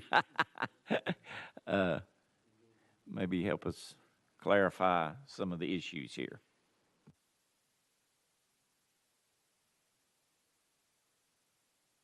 If I can be helpful, I certainly want to be. As far as some of the constitutional questions, I wouldn't expound on those. I do think that's a purview of the Attorney General's office, but I might be able to add a little bit of history and context. The option for an out-of-state company to collect a uniform 2.25% local sales tax in lieu of the specific local rate that applies in a specific jurisdiction. That option was put into the code in the late 80s, and it was really an effort to simplify things, make it easier for out-of-state sellers. And that was actually, sort of put in some historical context, that was when the states were trying to get a case in front of the Supreme Court to challenge National Bellis Hess, which was the original case from 1967 that established the physical presence rule. So states were trying to get a case back in front of the Supreme Court. States, Tennessee and others, adopted some provisions to make it easier for out-of-state sellers. And in Tennessee, one of those provisions was you don't have to collect at the specific local rate in each jurisdiction. You can if you want, but you don't have to. You can choose instead this uniform rate, 2 1/4. So that was put into the statute in the late 80s. A case did get to the Supreme Court, and that was the Quill case, and it was decided in 1992. So that provision has been in our law ever since. And that's still the way it is today. As has been mentioned, local rates vary from 1.5% up to 2 3/4%. So I think if you change that 2 1/4 rate, I think it's accurate to say, and you changed it to 2.75, the mechanism is still the same. Vendor still has that choice. Everything's really still the same. You've just changed the rate that they would have the option of choosing. So then you get into the question of, well, what about the local rate versus that 2.75% rate? Right now, the 2.25% rate is somewhere in the middle. You're going to have, if an out-of-state vendor chooses that, you're going to have some jurisdictions that are at a lower rate and some that are at a higher rate. And, you know, whether that's problematic from a constitutional point of view is, I don't know if there's an answer for that. I think that'd be up to the Attorney General to opine. You know, it may be okay that the out-of-state vendor is collecting a higher rate because he has a choice. You know, he doesn't have to do that, so that may save it. But generally, you can't impose a higher tax on an out-of-state vendor than an in-state vendor. But in this case, they sort of have a choice. They're sort of choosing the higher rate. So with respect to that question, yeah, I think the answer is somewhat unknown, whether that's constitutionally problematic.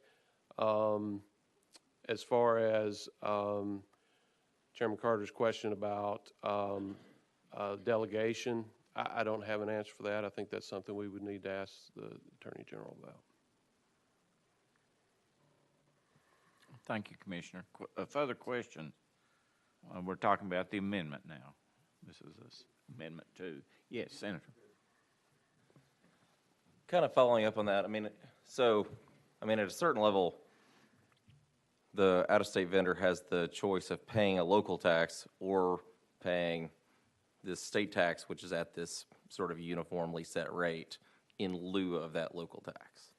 The only change I'd make to that statement is it's still a local tax. Okay. They're just choosing between collecting the local rate applicable in that jurisdiction or collecting a uniform local rate that still goes to local governments. It's not a state tax.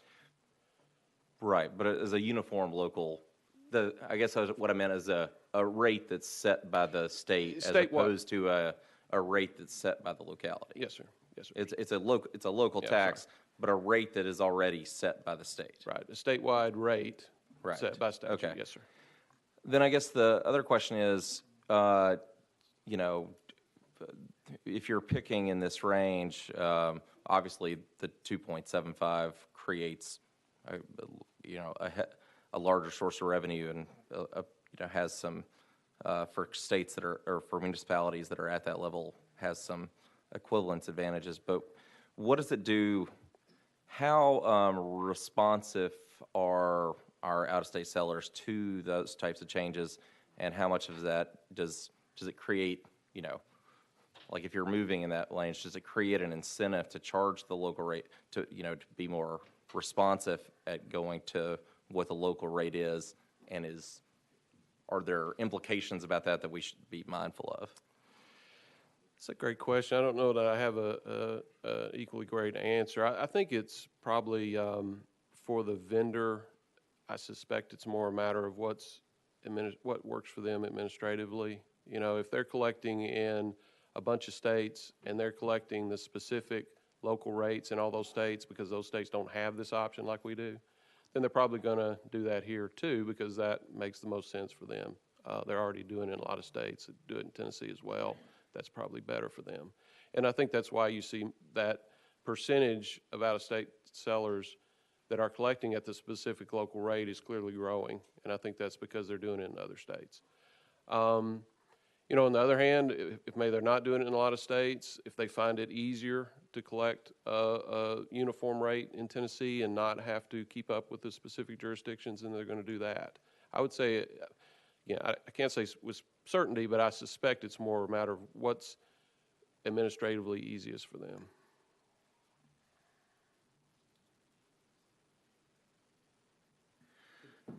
Yes. Could you restate, because I think the semantics of this is important in terms of the way the state representatives and state senators might deal with this. Okay. The amendment, as I understand it, eliminates the last sentence of the third bullet point, which it deletes the sentence alternately another distribution formula basis such as population could be used. It deletes that sentence and adds a sentence that says, additionally, the uniform rate should be set at the maximum local option rate.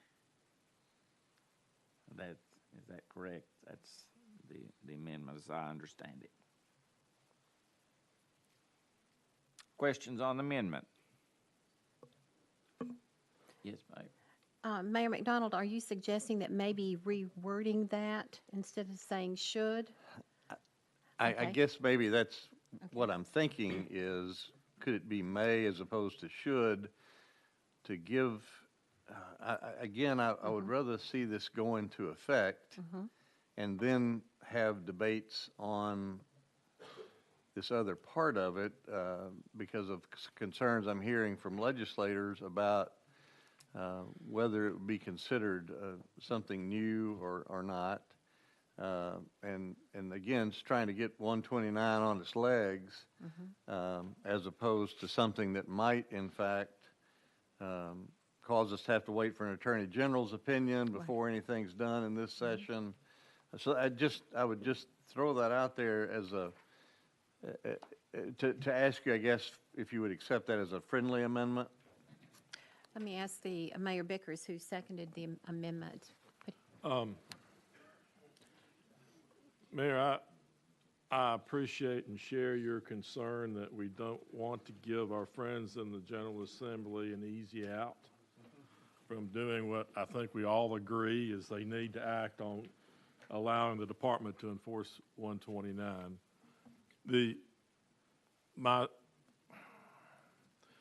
The tenor of my support of that motion and on this issue, I will admit, comes from some personal bias. I'm the son of a man who was a small business retailer in the state of Tennessee for much of his adult life, and I understand how hard it is. And I understand that our local small business retailers are in a war. And then you look at the building after building after building that's being shuttered because they're losing that war to out-of-state sellers.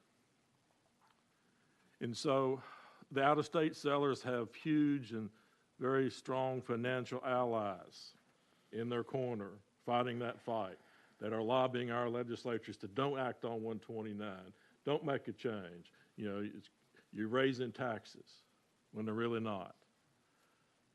I would hope that we can send up a report that sends the message to our friends and our neighbors and our constituents who are small business people that says, we want to be your ally, and we're going to err on the side of being your ally. And so that is why I feel as strongly with what we're doing as to why, because I think we've got to, in government, we have to work to be better allies for our small businessmen and women, because they're losing the war. And if making a change to 2.75 helps them, that's good, because it's not just about revenue. A lot of talk about, revenue and how much money is going to come in, or more money and where it's going to go. The issue is also about how we create a more fair playing field for our constituents who are in small businesses. So that's why I supported the amendment. If we can send the message, however strongly, that they need to authorize and enforce 129, to me, that's a separate issue. Do that, all right? That's easy. And when you do that, let's also take a look at these other things in addition to that. And so that's why, I'm willing to work with you on how we word this, but I want the commission to understand why I feel so strongly that we've got to work and we've got to be stronger allies. I appreciate wholly what you're saying, and would share most, if not all, of your views. I'm just pragmatic. So that's why I would just throw that out there for consideration. It's not, I'm not making it more than that right this second. I guess then my question would be, based on what you just said, in this report, and I'm not trying to change Dr. Mount's report completely today, but what you just said talks about jobs, not revenue, right? Which in turn is revenue on a local level, keeping people employed in our cities in small business, which make up 80% of our workforce. I believe that's right. Revenue in Tennessee Department of Economic Community Development probably could tell us that better, but I've heard that figure. So I appreciate what you're saying and your fervor. And I'll just leave that out there in terms of what is in the best interest of trying to get the project done. And if it's the consensus of this panel that adjust the amendment, I'm fine. I'll go with the consensus of this commission. But I just wanted the understanding about why I think it is so important and the message we've got to be sending. Mr. Chairman. Yes, Senator and Representative. Mr. Chairman, I would like to hear from, I think we have some representatives from city and county government here today. I'd just like to hear their opinion on this amendment, if they have any thoughts on it. Be helpful to me.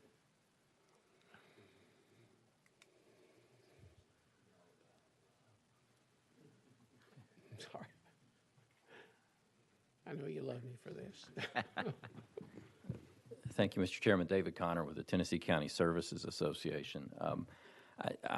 Maybe you noticed me studying back there. Actually, I pulled my laptop out and was looking. University of Tennessee's County Technical Assistance Service publishes an index of county taxes every year. And I was looking to see where the current rates are for most all the counties right now. Notice they actually had posted some old ones they'd scanned from the late 80s. From just a quick review of that, so this isn't exactly perfect, but from what I could see from around 88 or 89, at that point in time, there were only about 6 counties that had a rate above 2.25% back when this was put into the statute. Currently, the most common rate is the maximum of 2.75. We've only got about 5 or 6 counties right now that are below 2.25. So there's been a lot of change as far as voters enacting higher tax rates. So I said, back in the late 80s, 2.25 would have been at or above virtually every county in the state, whereas right now 2.25 is either at, well, there's only about 5 or 6 counties below 2.25. So I would add that, I guess, for the commission's consideration.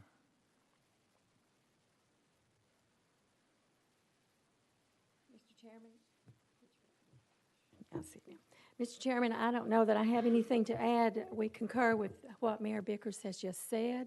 The only thing that I might suggest that you take a look at, the motion addresses 2 issues. It's addressing population and it's also addressing the rate, so that the population piece does not get lost in the discussion. Perhaps it would be great to have two motions, one to eliminate the reference to population and then a different motion that would address the rate.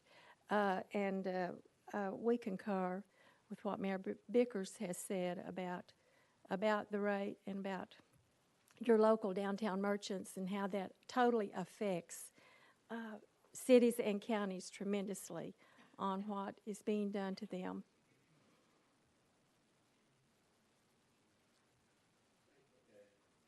Thank you very much. We appreciate your comments. We are continuing to discuss. Yes, Representative. Chairman, I think I may have some language that would help us on this. And so I'm still fleshing it out, but I want you to think about this. I think it addresses it. If the local option is not chosen, the uniform rate of 2.25 will be in effect. If the local rate is higher than 2.25, the uniform rate will be equal to the local rate. Okay. And what that does is it doesn't raise the rate above 2.3, right? So if the local rate is 2.3 and they choose not to do that, it doesn't raise to 2.75. What it says is the local rate is going to be the uniform rate.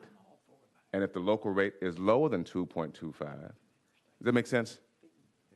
So the first part addresses what we currently do, which is if they don't choose the local rate, the uniform rate of 2.25 kicks in. But it also addressed the mayor's point, which is, let's say that the local rate is 2.75. A company can't then say, well, I want to go with the uniform rate of 2.25.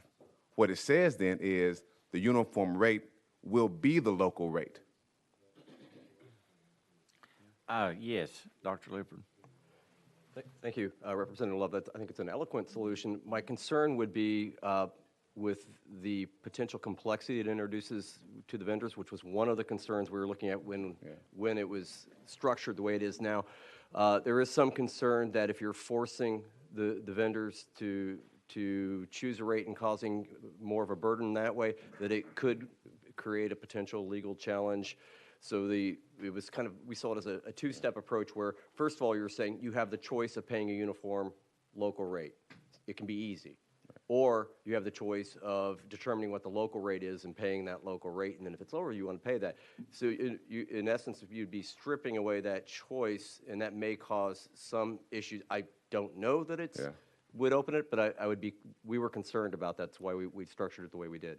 And I think, thank you, Mr. I think the issue then we have is this: unless all local rates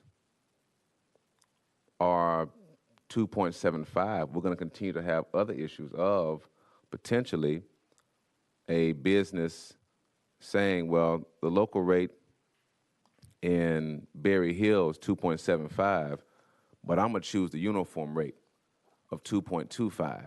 Then you put those businesses there locally in jeopardy.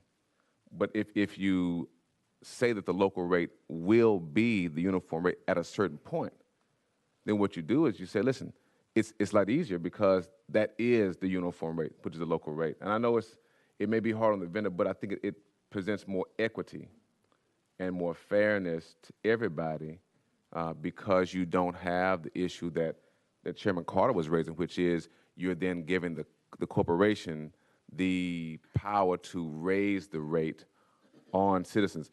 It's the same rate that the citizens are paying in the city anyway for all other transactions. It's now the rate that out-of-state companies must pay because they're transacting business. And that way you get rid of the constitutional piece because it's the same rate.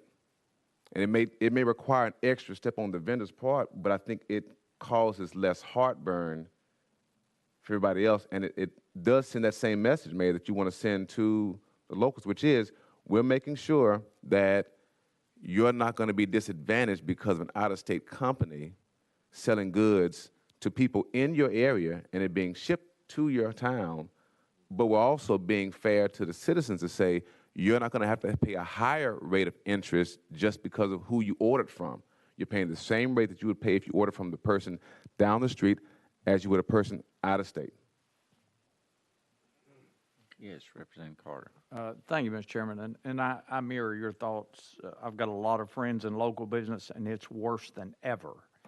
I do order a lot of stuff because I build old cars, and they're not available locally, and I do order a lot of stuff. And but I think our 2.25 was established back in the 80s, and so we've just. I don't want to result in a situation where a corporation in Coeur d'Alene can tell my people what they have to pay in tax. But I also think we need to take a look at updating that and making it fair. If we're at 2.25 from the 80s, why would we start a new program and build this complex transaction based on a 1980 statute? And so I would think that we would hopefully look at all of those things. I understand there's a valid goal to try and make it easy on the collector to have one rate so they don't have to buy a lot of software to do that. I understand that, but maybe we could look at a franchise fee to do business in interstate commerce in Tennessee as opposed to a tax of 2.75, distribute it back to the locals. I think there's a lot of things that need to be looked at. But I certainly mirror the mayor's comments about local. We're going to end up with a lot of vacant buildings if we don't do something. Thank you. Mr. Chairman, if I might, to me, the easiest thing would be to simply say you have to pay the local rate. But we are part of the streamlined sales tax and use agreement, which, as I understand it, Dr. Mount can correct me and others, we have agreed to have a uniform sales tax rate for out-of-state sellers. And so by being part of that streamlined sales tax agreement, we have said we're not going to make, we give them the option. You can choose, but if you find that to be onerous, you can pay the uniform sales tax rate.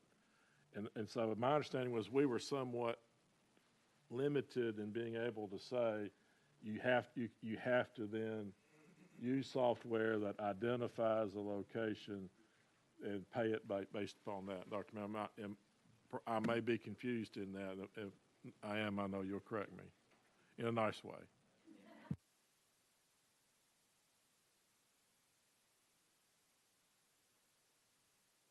Actually requires us to eliminate the uniform rate option. However, if we're not intending to become full members, then we would have the flexibility to retain it. Does that help? So we could simply say you have to pay, when you calculate a sales tax, once 129 is approved, you have to use a software that says we're going to collect the sales tax based on whatever the GIS mapping says is the municipality and county of the delivery. Yeah, in fact, the provision that's currently in state law and that would come into effect July 1st, 2019, would simply eliminate the uniform rate option. So.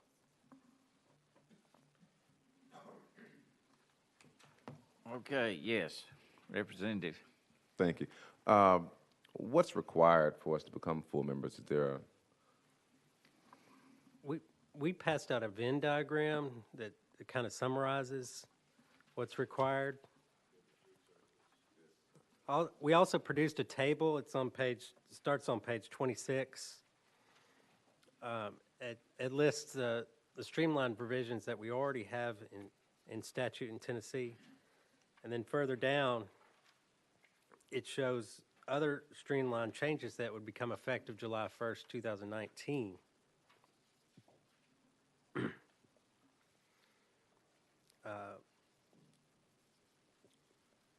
So we mentioned the three major changes, which would be the change sourcing rules from origin-based sourcing to destination-based sourcing. Another major change would be to limit the single article cap to those specific items. And then the third one I mentioned would be to eliminate the uniform rate option. Thank you, Mr. Chair. So if I'm reading this diagram correctly, the only thing left for us to do is to eliminate the option to become full members. Is that right?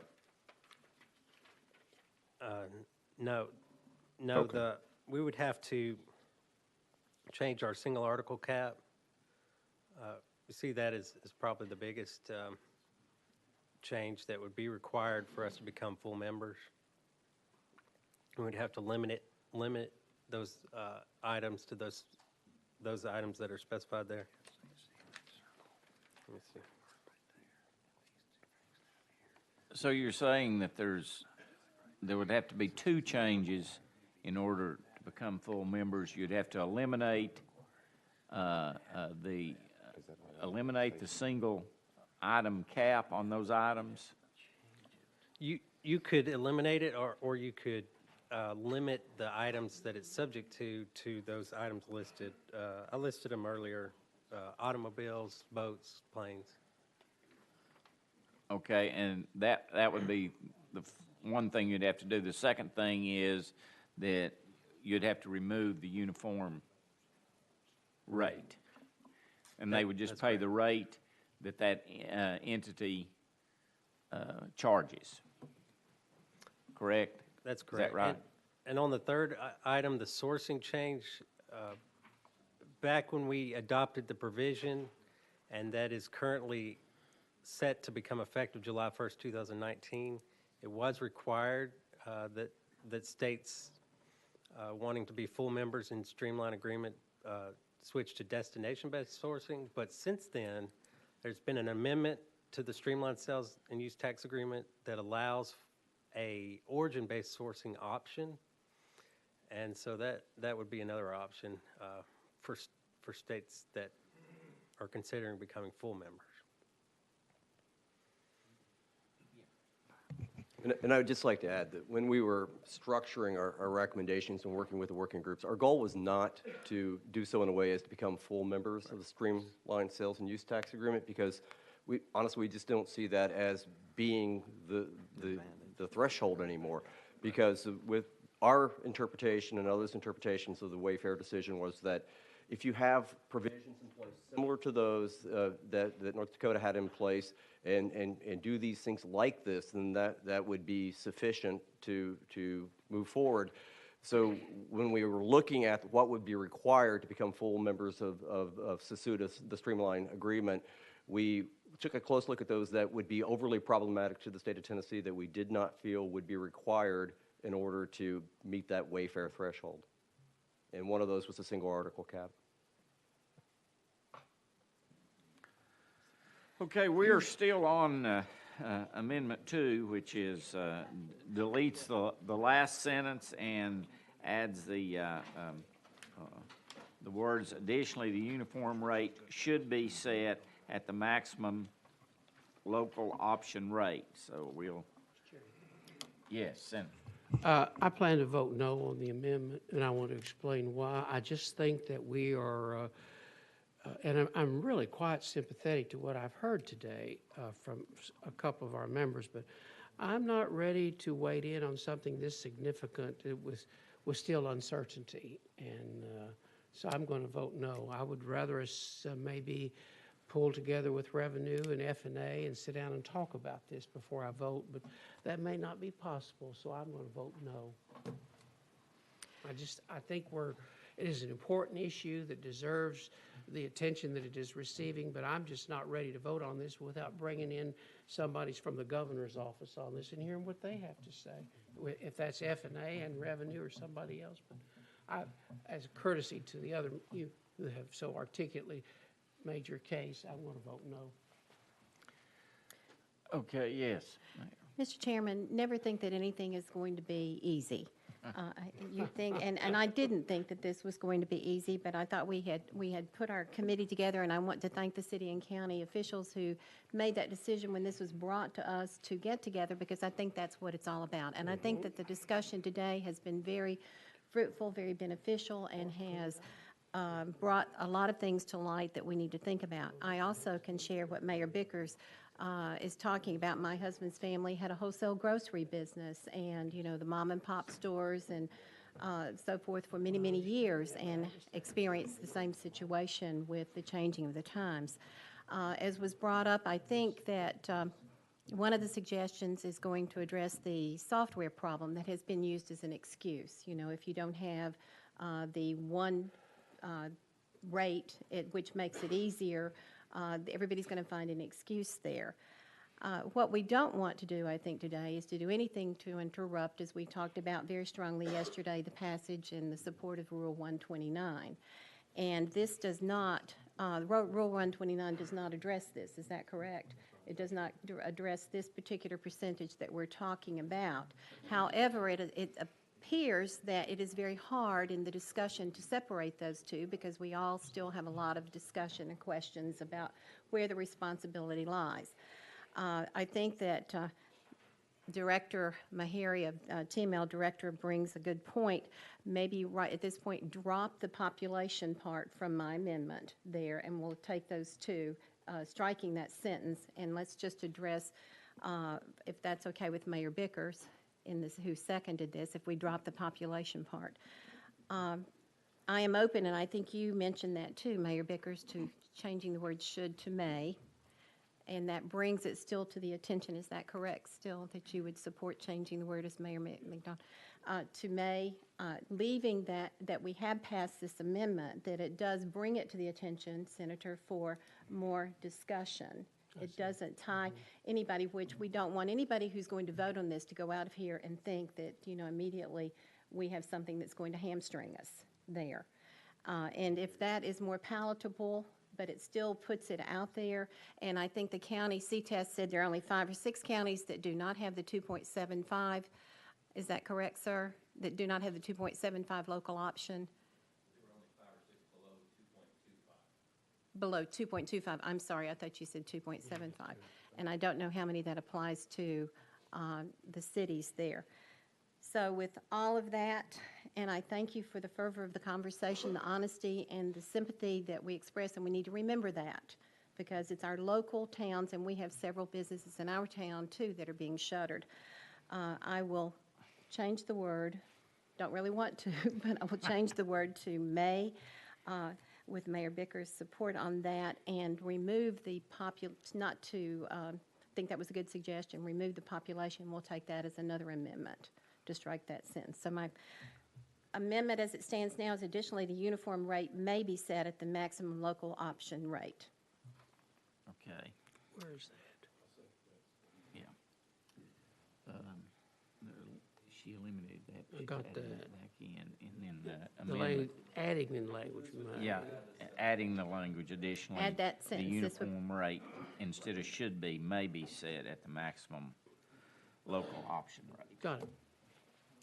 Okay, now, we're continuing on Amendment 2, and it's been changed, so I'll recognize any further discussion on Amendment 2. And if, may I have a question? Yes, Sponsor. Senator. If I'm interpreting this correctly, then the current amendment on the floor makes this really permissive. Yes. Okay. It's an option. I as well. think my understanding, and you can correct me if I'm wrong, my understanding is what it does, what we're trying to do is bring it to the attention of the legislature that it's an option for them, and we want them, would ask that they take a very serious and close look at it. Yes, Senator. At the risk of prolonging the discussion, but in hopes of clarity, would it, as opposed to this language, could we do something like the legislature should consider setting the rate at that? I mean, just to kind of be, to make it clear that we're setting that for the legislature to consider that rate, as opposed to just saying like that may happen, may. And Maybe if that's not helpful, I don't care. So, Are you offering that as a friendly amendment? Mayor Bickers, that sounds a little stronger, doesn't it? I'm fine with that. Okay. Are you all, so tell me where we're at now. We, okay. You said just the legislature?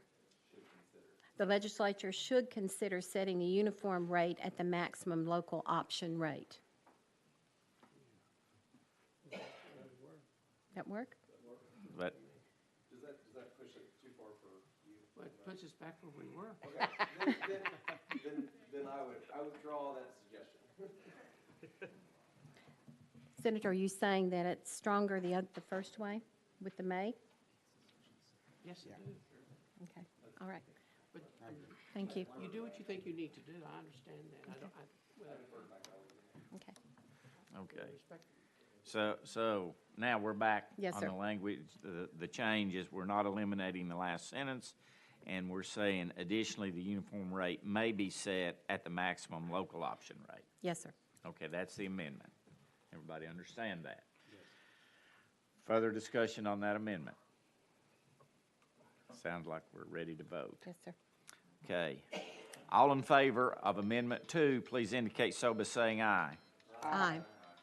All opposed likewise. Okay, I declare the amendment passes. Now, Mayor, this one is another amendment to strike the last sentence that is currently in bullet number 3. Alternately, another distribution formula basis such as population could be used. This will be Amendment 3, and the proposed amendment is to strike the last sentence of bullet point 3. Alternately, another distribution formula basis such as population could be used. So the motion is to strike that sentence. Do we have a second to that motion? We have a second. Now, discussion on Amendment 3. Do we have any discussion on Amendment 3?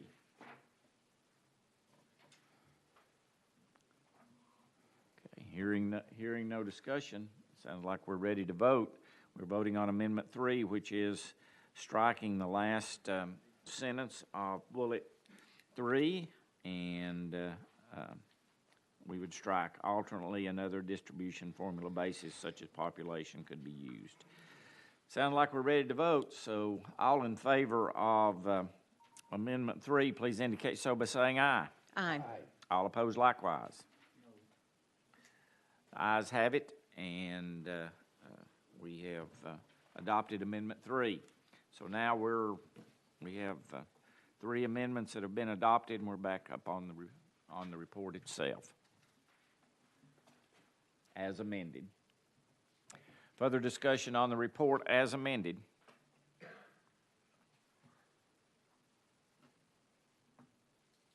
I think we have a motion and a second to adopt the report. I'm pretty sure we didn't proceed without that. So if there's no further discussion, or is everyone ready to vote? I think we're ready to vote. All in favor of approval of the report, please indicate so by saying aye. Aye. All opposed, likewise. Ayes have it. Report is approved.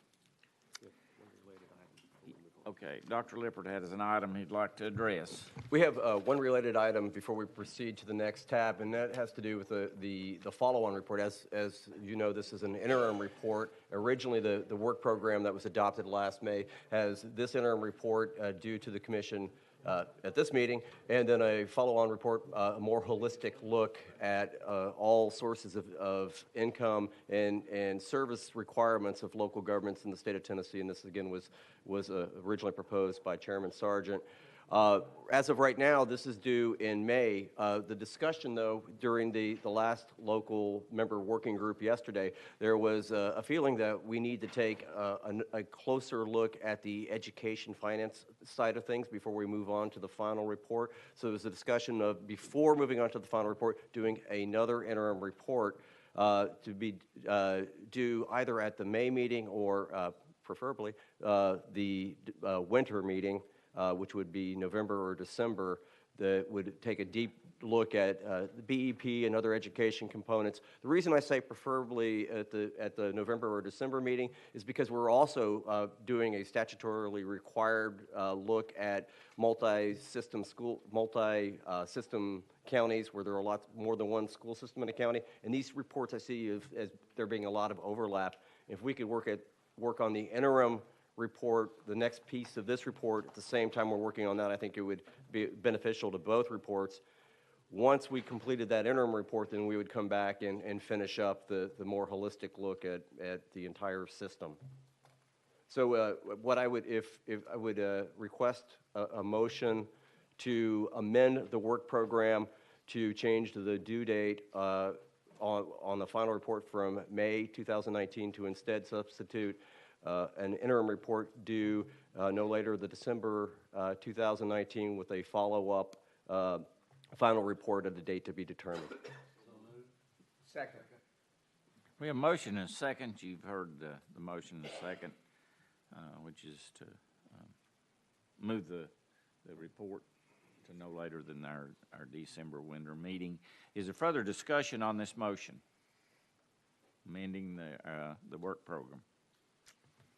Here, yes, yes. So I left that somewhat open, Mayor, at a date to be determined after. So I assumed when we reported the interim report in December 2019, we would have a better idea of what the remaining pieces were to look at for that final report. So I thought we could set the date for that final report, because this wasn't a statutorily required report, this one. So I wanted to retain some flexibility with the commission members to set that at that time.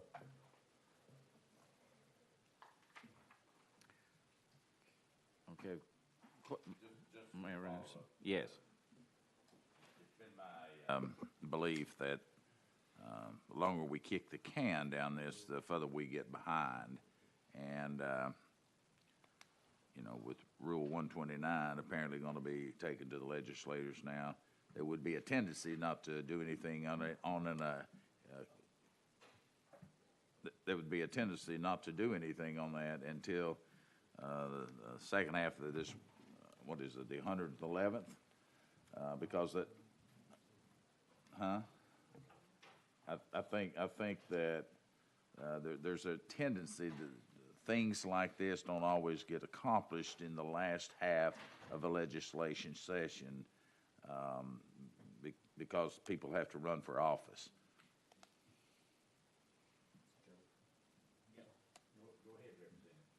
Thank you, Mr. Chairman. And Mayor, I really, this needs to be done this year, because if it's not done by July 1st, we lose a year. I think there's a real need, a real understanding this needs to be moved on. I think this report is a great work. There's a lot went into this, and it's a great work. We're down now to 3 or 4 questions rather than 500 that we started with. I don't want to speak for the senator, but I'm going to request that our speaker put, with the governor and the speaker of the Senate, put together a blue ribbon panel, for lack of a better term, consisting of some folks in this room and others, to sit down and give them time with F&A and revenue to answer the questions we've raised today, and to come out with a bill to vote up or down. This is not something that's going to be well debated on the floor in the committees. It's a very complicated issue. I think we need a very well thought out study like this done to answer the final questions that were raised today and be presented. As far as it gets put off to the next year, I'm only one vote, but I'll never vote to put it off a year. It needs to be done now. It's too important. It's too critical to the operation of our local governments. And there are just some questions here that we need to get answered, and I hope we can do that. And to all of you that served on this subcommittee, this is a very impressive work. I mean, I don't think the folks outside maybe understand all that's gone into this. I had 1 million questions last meeting. I've got 2 or 3 now, and so that's a great work, and I greatly admire that. Please don't take my vote of no as disregarding the importance of this work. I just want to have the freedom to understand and not wake up in the morning and front page of the newspaper telling the world how I'm voting to do this or voting to do that, because This is too important to get wrong. Does that make sense? But the TACIR report is great work and has saved weeks and weeks and weeks. And I think we just, I wish we had another meeting in 2 weeks or 3 weeks. And this same group come back together and solve or answer the issues that are in my mind today. I would have no problem with that at all, and would be very interested in that. But since we don't have a meeting until May, I sure don't want to postpone it till the next meeting, because then we're into the next year, and I don't want to miss that year. So I've said too much, but that's some explanation of where my jumbled mind is. Thank you, Mr. Chairman. Thank you. Dr. Lippert, do you want to address? Yeah, and I feel I should probably clarify. This, the interim report, as approved by the commission today, will be transmitted to the speaker and the lieutenant governor. And that's why we broke this into 2 parts, and rather than having this as a draft update, because we understood that this has to be acted on sooner rather than later. I'm speaking of the second piece of this, the more deeper dive, more holistic look at all the other issues are out there. So we don't intend to postpone transmitting what's been acted on today. I'm just talking about the research we've not even done yet, the follow-on work. One quick follow-up. This is the very purpose TACIR exists, and I'm just really proud to be associated with this and with this report. We just need to answer the final few questions, because we can't wake up a year from now and we've been bitten. We also don't know what the other states are doing. We really got to look closely at that. But thank you for a great report. Okay, we still have a motion and a second, and that is concerning this.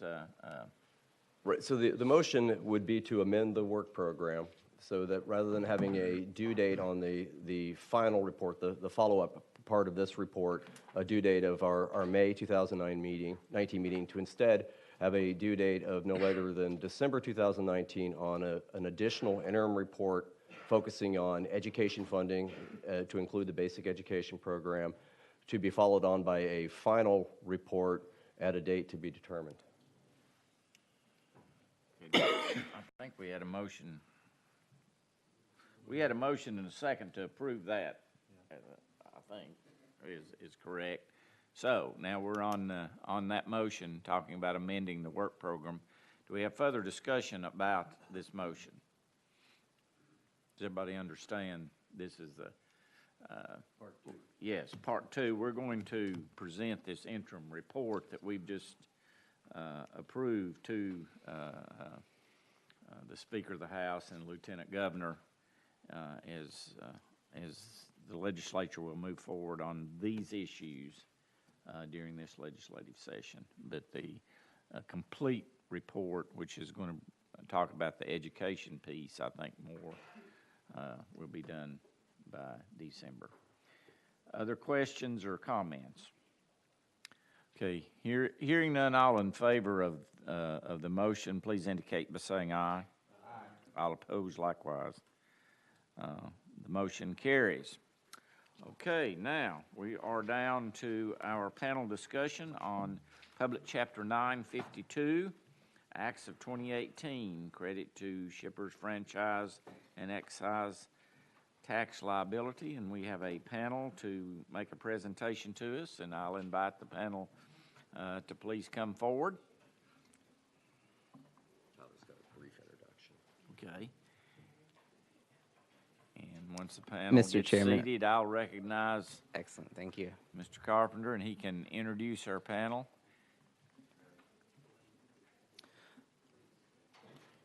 Thank you, Mr. Chairman. My name is Tyler Carpenter. Today you'll be hearing a panel here to discuss Public Chapter 952 Acts of 2018, which directed the Commission to perform a study of the potential overall effects of creating a franchise and excise tax credit for shippers with pickups and deliveries originating in or destined to Shelby County. In order to qualify for the tax credit, the shipper would be required to establish and implement a 2-hour turnaround policy to load and unload that freight. Before I introduce the panel, I just want to thank them. We have a couple people that came from Memphis, one that flew in from California by way of Memphis, and a couple of locals as well. And so I really appreciate them giving their time to speak with you all today. On the panel, we have Brandon Musso, who is the Director of Business Development with Project 44. We have Scott Schumpert, who is the Treasurer of the Tennessee Trucking Association, and he will be joined by Dave Hunterjager, who is the President of the Tennessee Trucking Association. We have Elaine Singleton, the Vice President of Supply Chain for Technicolor. And we have Michael Synonymous, Director of North America Logistics, Global Container Logistics Group with Louis Dreyfus Company, LLC. And so with that, I will pass it over to the panel.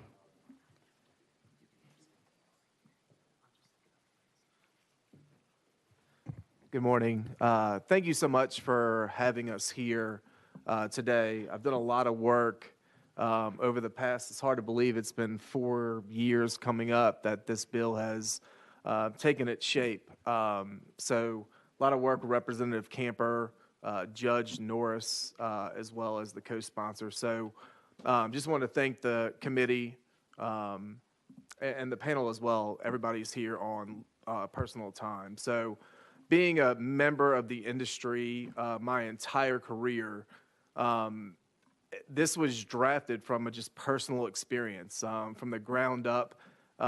Again, being a part of this for 4 years on personal time coming up to Nashville, all I've done my whole career is move freight and really understanding the industry challenges. And there's no better panel that understands what's going on in the country than what you have in front of you here. So I'm not going to spend a lot of time. I'm going to let them get after it.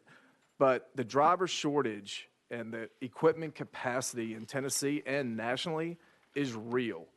We had the opportunity to be one of the first states to really come through from a driver's perspective, from a shipper perspective, to really make a revolutionary change in the industry that benefits all parties involved in moving a load.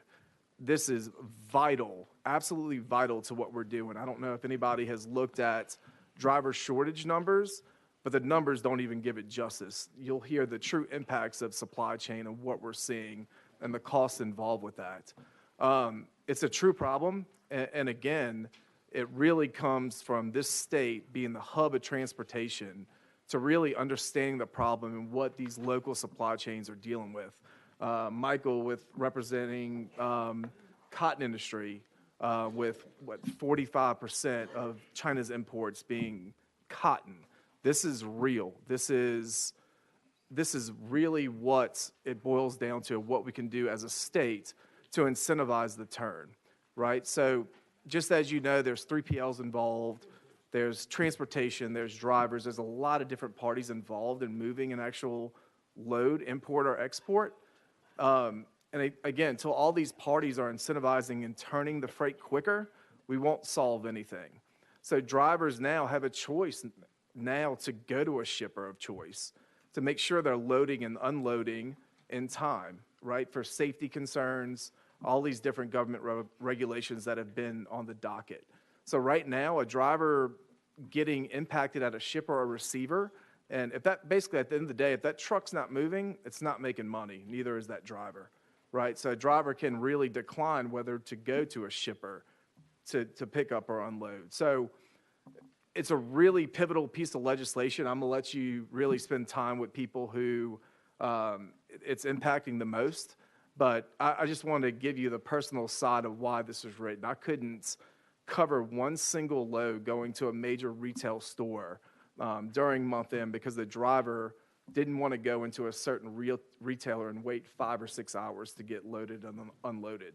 That driver's not making money doing that. He or she is missing his next load to the next facility. It's a world of problems that they're going to touch on. So one night I had a Jerry Maguire moment, literally, and I told my wife I was going to stay up all night and solve the transportation problem, and maybe it was just getting my feelings out on paper. But she woke up at 3 o'clock and literally told me to keep going with it, and I did. And I was at Mr. Congressman Cohen's office for about 2 weeks, and I was downtown meeting with him, and it was shaped up, and Representative Camper really understanding the industry and being a constituent, really reached out to understand the legislation, how it could impact, and 3.5 years, almost 4 years later, here we are. And it's more important now than ever. And I'll just turn it over to the panel presentation of how you want to proceed. But thank you again so much for your time. It's such an important time in this industry and for the state to do something like this. Thank you. Okay, and I don't know which member of the panel would like to start first, but I'll certainly,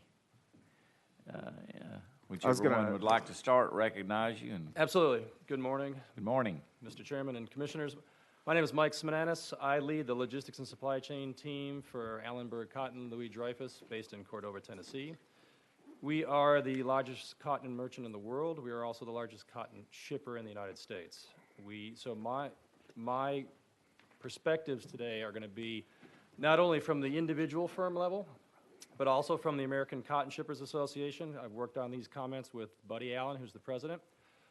And I've chaired the Transportation Committee since 2010, looking really at our industry level on domestic and international transportation supply chain issues. And then as part of that, I'm also participating today in a team led by Federal Maritime Commissioner Rebecca Dye on a specific issue focused on Memphis, separate from the proposed legislation. So I'll try to bring all of this into context quickly and hopefully concisely for you to kind of understand the imperativeness of the proposed legislation on what we can call cotton flow. So I'll give you a quick background on ACSA, and then we're here to answer 5 questions that were raised by Tyler to present to you, and we'll then open up to any questions. So as far as American Cotton Shippers, our members warehouse, segregate, finance, sell, and ship the majority of the upland and Pima cotton from every producing region to domestic and international customers.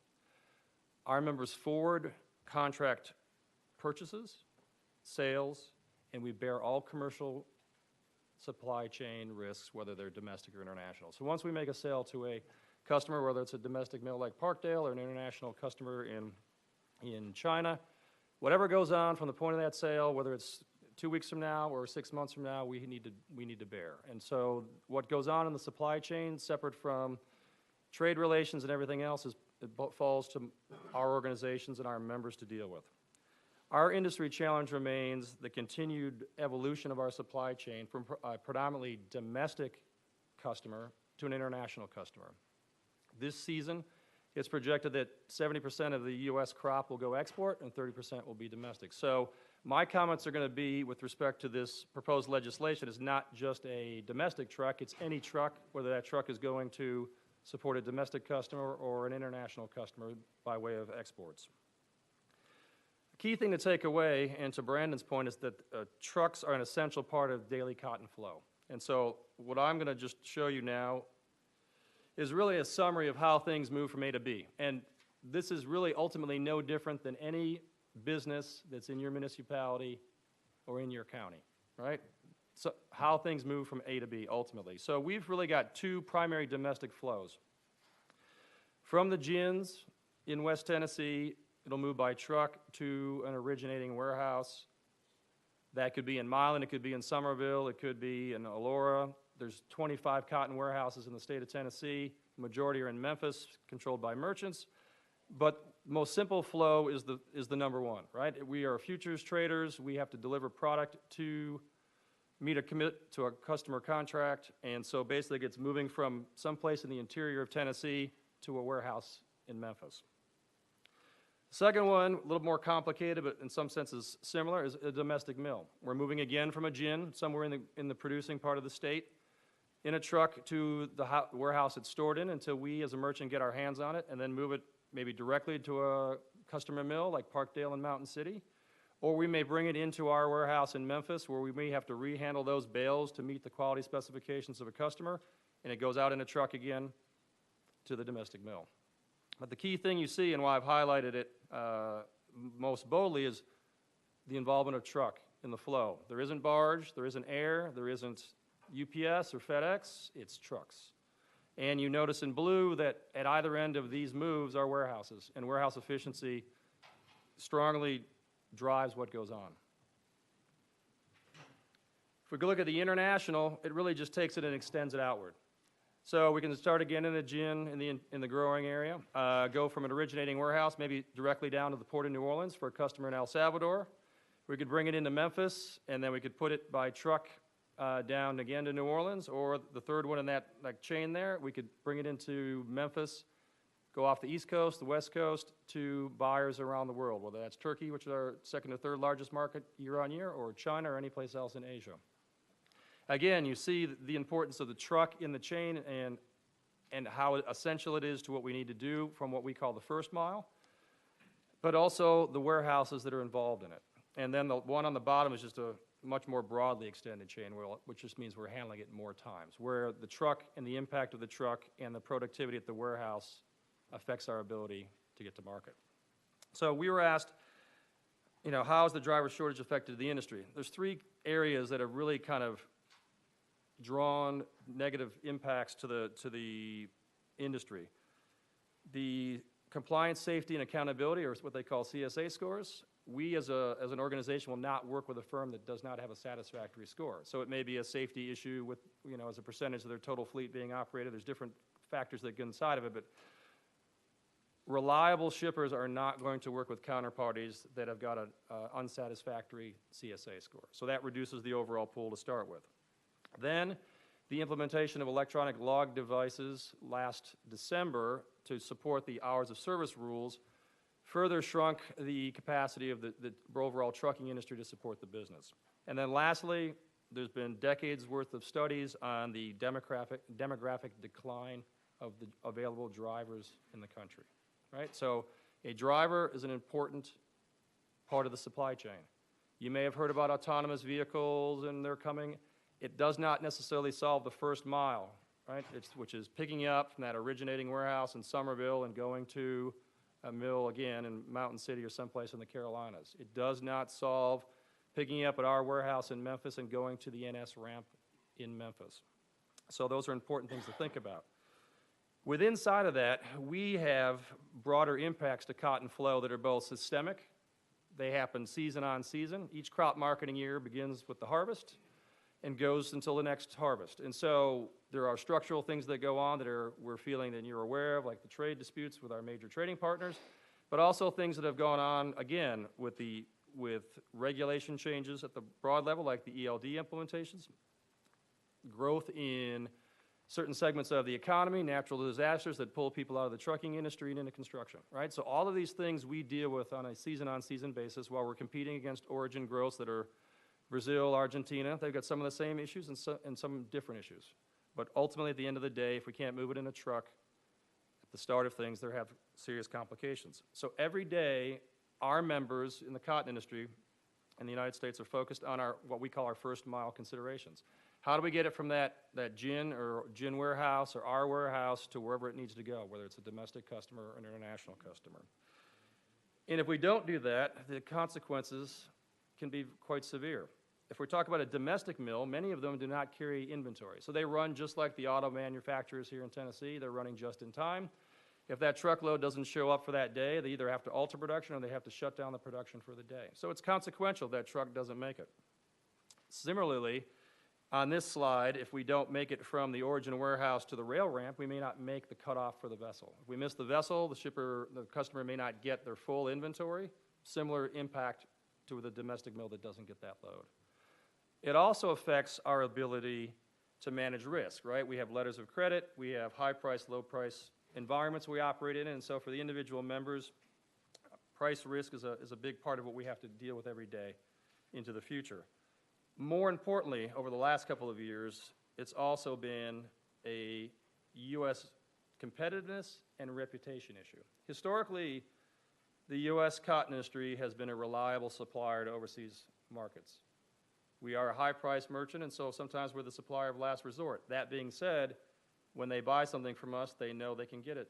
We can get it to them. Over the last season, because of ELD and surge in demand and impacts to the driver base, that reputation got tarnished. And we are continually fighting against countries like Brazil, Australia, countries in East and West Africa for the same market share with these customers of ours around the world. And so what takes place in Tennessee, in the state, has a consequential effect not only on our ability to compete and serve our customer, but it ripples back down to the individual municipalities and farmers on the attractiveness of cotton relative to other options they're going to plant when they look for the new crop year. So when I talk about supply chain issues more broadly outside of this context and in a legislative context, I'm talking about U.S. agricultural competitiveness aggregated one truck and container at a time every day that needs to be shipped during the crop season.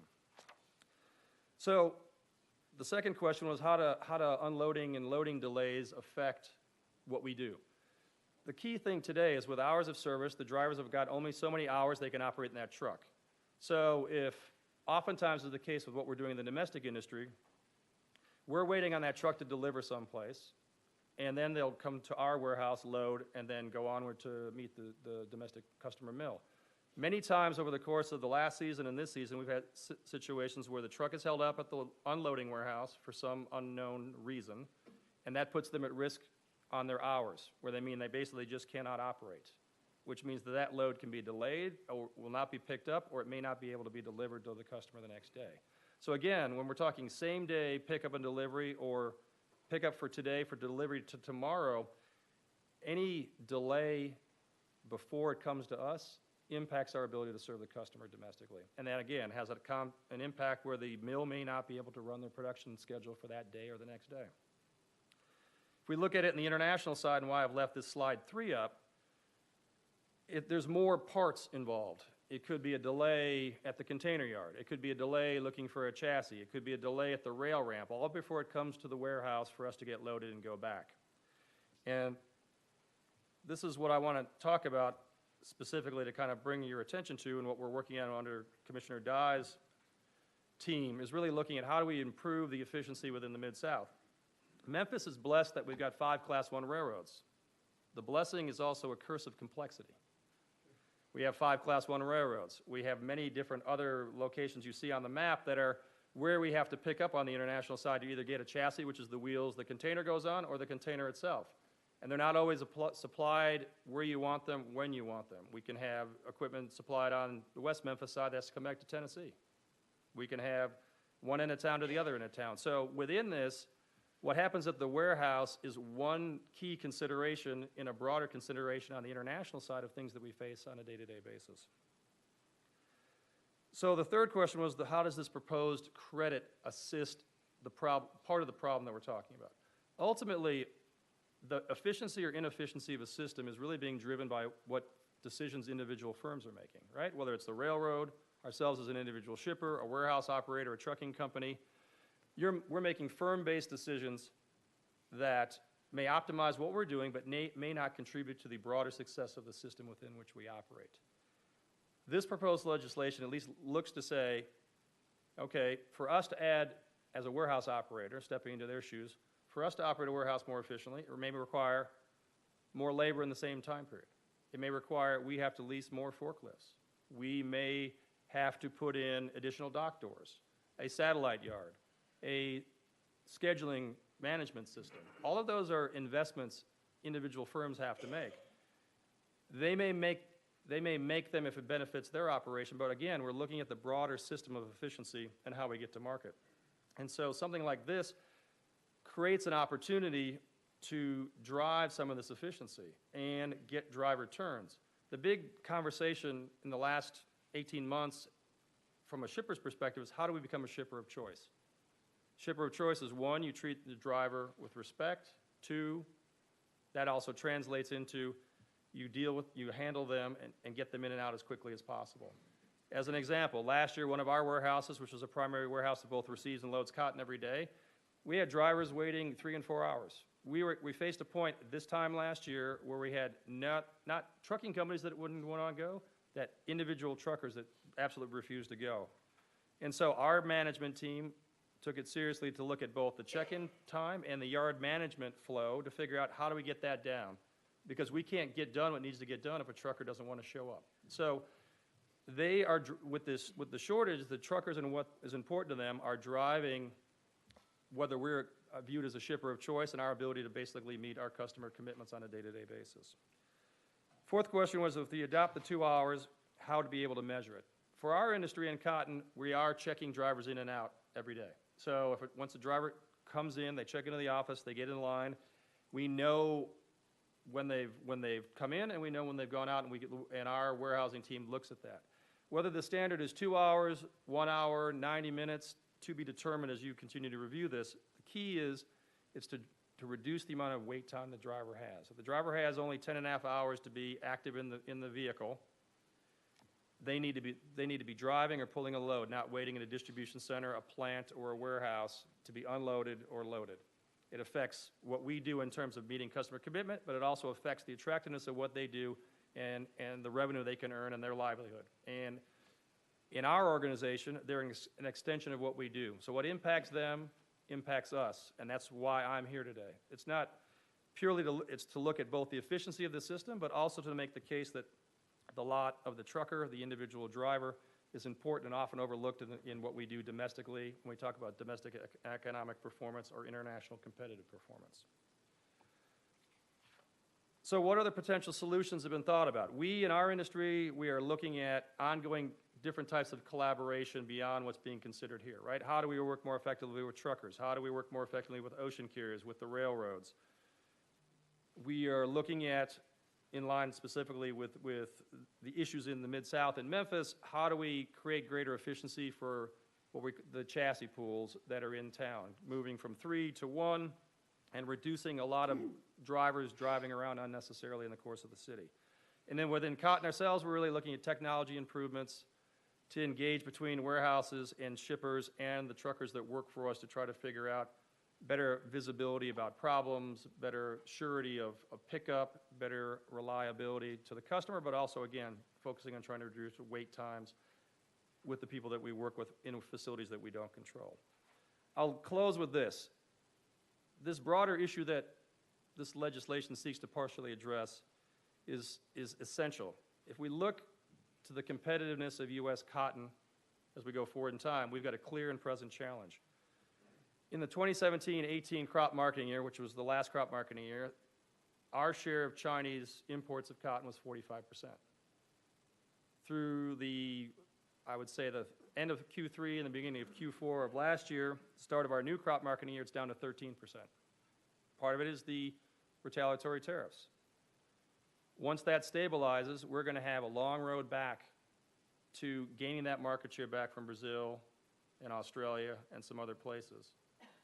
And our success in doing that, whether it's ourselves at Allenberg Louis Dreyfus or the U.S. cotton merchant community overall, whether we're operating here in the state of Tennessee or more broadly across the United States, is going to be measured at the success of that pickup, at each truck that needs to move that overseas. So I want to leave you with that warehouse productivity is really the key to supply chain effectiveness, and from my perspective and what we do, U.S. agricultural competitiveness, when our customers have other options around the world.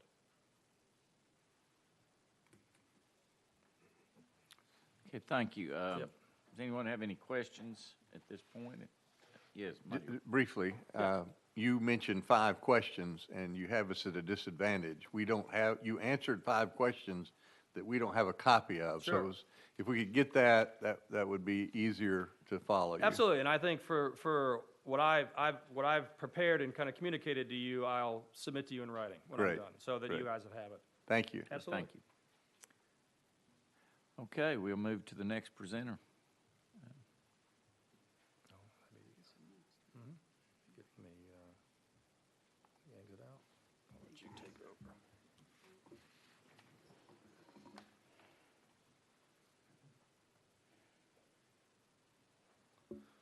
While Elaine's bringing that up, I do want to mention, thank you, Michael. No matter what part of the supply chain Michael mentioned, whether it's platooning, which is, I think, passed last year, legislative session, no matter what, you need the driver at any part of a move. I was just at a expo that autonomous vehicles will account literally for less than 5% of capacity in the next 10 years. So not a solution. So my whole point no matter what part of supply chain, final mile, end mile, start, first mile, you're always going to need the driver, period. So just wanted to bring that to light. Great. Ms. Elaine? Thank you very much, Brandon. Thanks, Tyler. My name's Elaine Singleton, and I'm Vice President of North American Supply Chain for Technicolor. Technicolor, I have a few slides just to kind of give everyone a background on who Technicolor is. A lot of times people say, Technicolor, are they the folks in the movies? And what are you guys doing in supply chain and dealing with trucks? So sometimes it's easier if I just make the bridge right up front. Is this what you use? I just use the down button. This guy. Okay, great. All right, so here we go. Technicolor is a 100-year-old company. I'll make this pretty quick. Founded in 1915 by a couple of MIT professors. First marquee customer was obviously Walt Disney. Technicolor is known for bringing color to motion picture. I think people have heard that and have seen some of the symbols that Technicolor has had over the years. Also, the name has been used in a number of pop culture songs and jokes and things like that. So it's kind of gotten handed off around the world in different ways. But we really are number one worldwide service provider to the Hollywood studios and entertainment community. We also provide significant services to interactive games and creative folks all over the world. So number one in visual effects and post-production, number one in DVD services, and this is where you'll start to get the connection with supply chain, number one in worldwide gateways to bring connectivity into the home and from creation to consumption and delivery of content. So Technicolor has, our revenues in 2017 and 18 will be fairly close, or right around 4.4 billion euros worldwide. We have about 17,000 employees. We've touched about 70 to 75% of all the movies that you see in blockbusters, et cetera. We also have a lot of creative folks that are digital artists, engineers. A lot of technology is developed and patented by Technicolor for use in the industry as well. Some of our creative customers that we work with or that we create content for on the first pillar. Second pillar is the distribution, customers that are recipients of our services, and then lastly, the consumers that subscribe with Comcast and DirecTV and Amazon and Google and all of those folks that are bringing content and media entertainment into various homes, theaters, and wherever else entertainment is needed. Some of the things that we've done over the years, our key creative folks have won Oscars and have been part of the sound community, won an Oscar for Whiplash. You might remember that movie. We did all of the special effects for Jungle Book, which was a live action movie that was produced a couple of years ago. So this is the world of Technicolor. This is what we do. Getting back to supply chain, what does that mean? We've got 5 million square feet in Memphis, Tennessee, in Shelby County, and we have probably about 30% of our worldwide employees are actually employed in Tennessee and in California. So we've got a very vested interest in the state of Tennessee. We've been in Tennessee for over 25 years.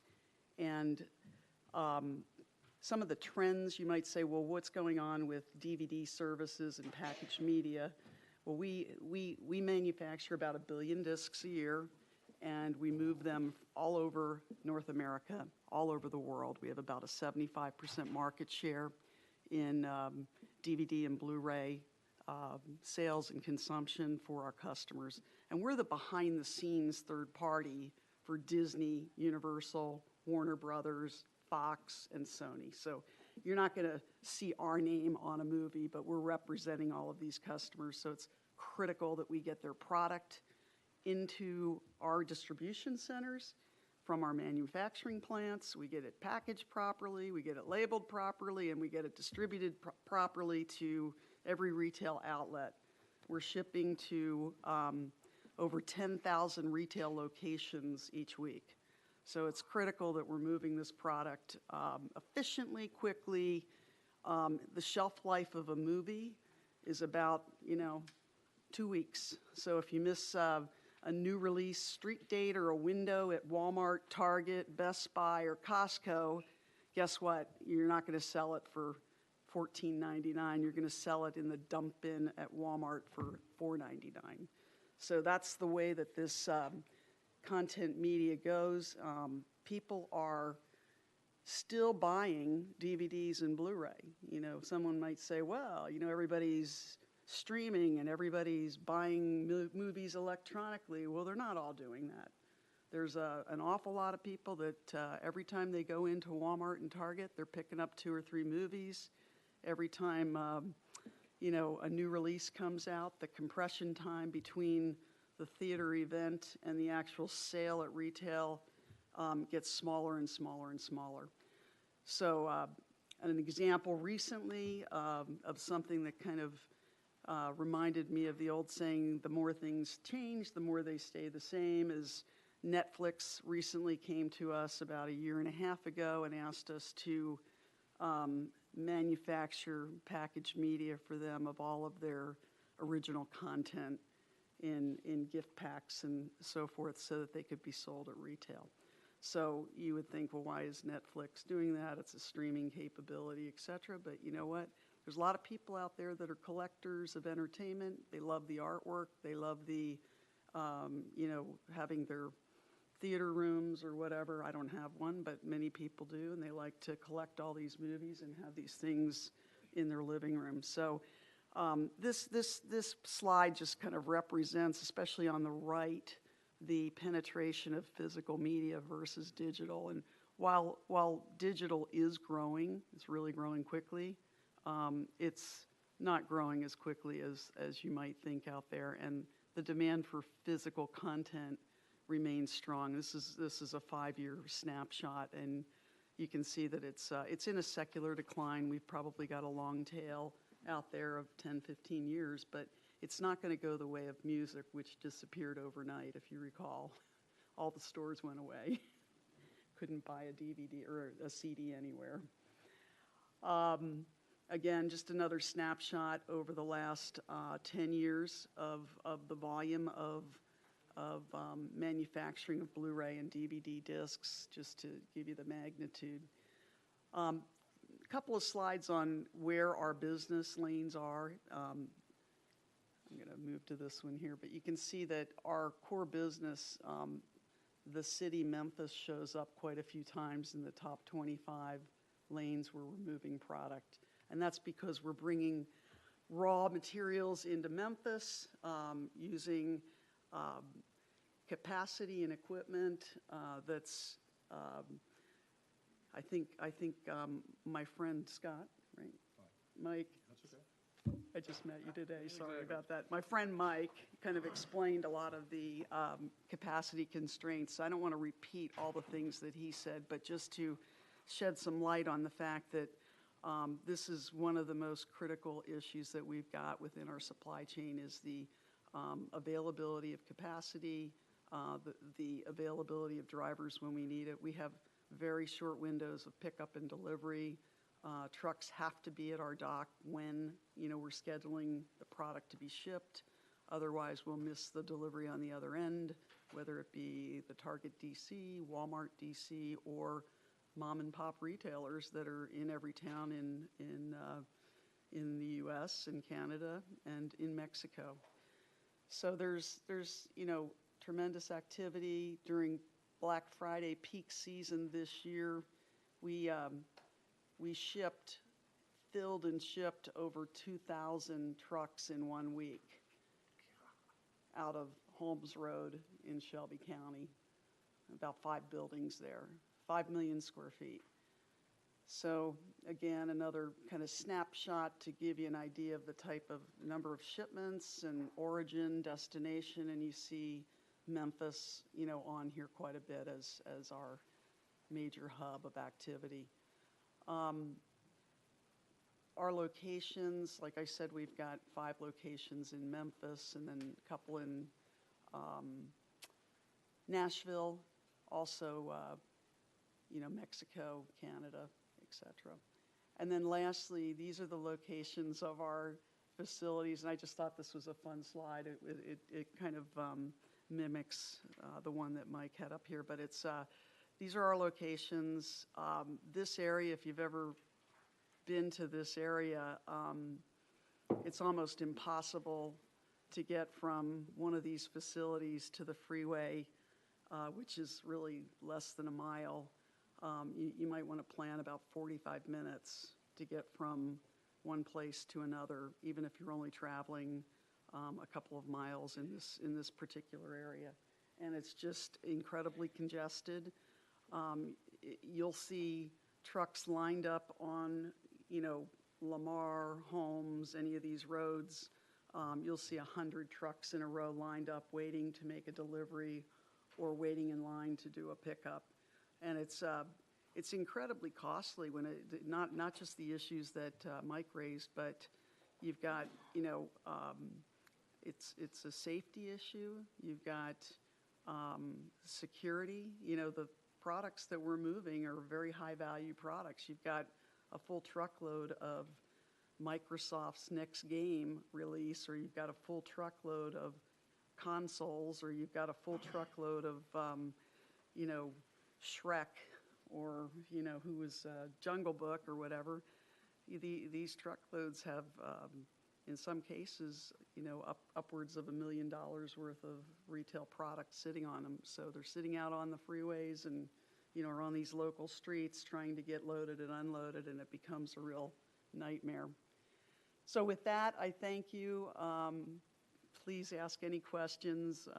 Hopefully, we've made the connection here on why Technicolor and supply chain do go together.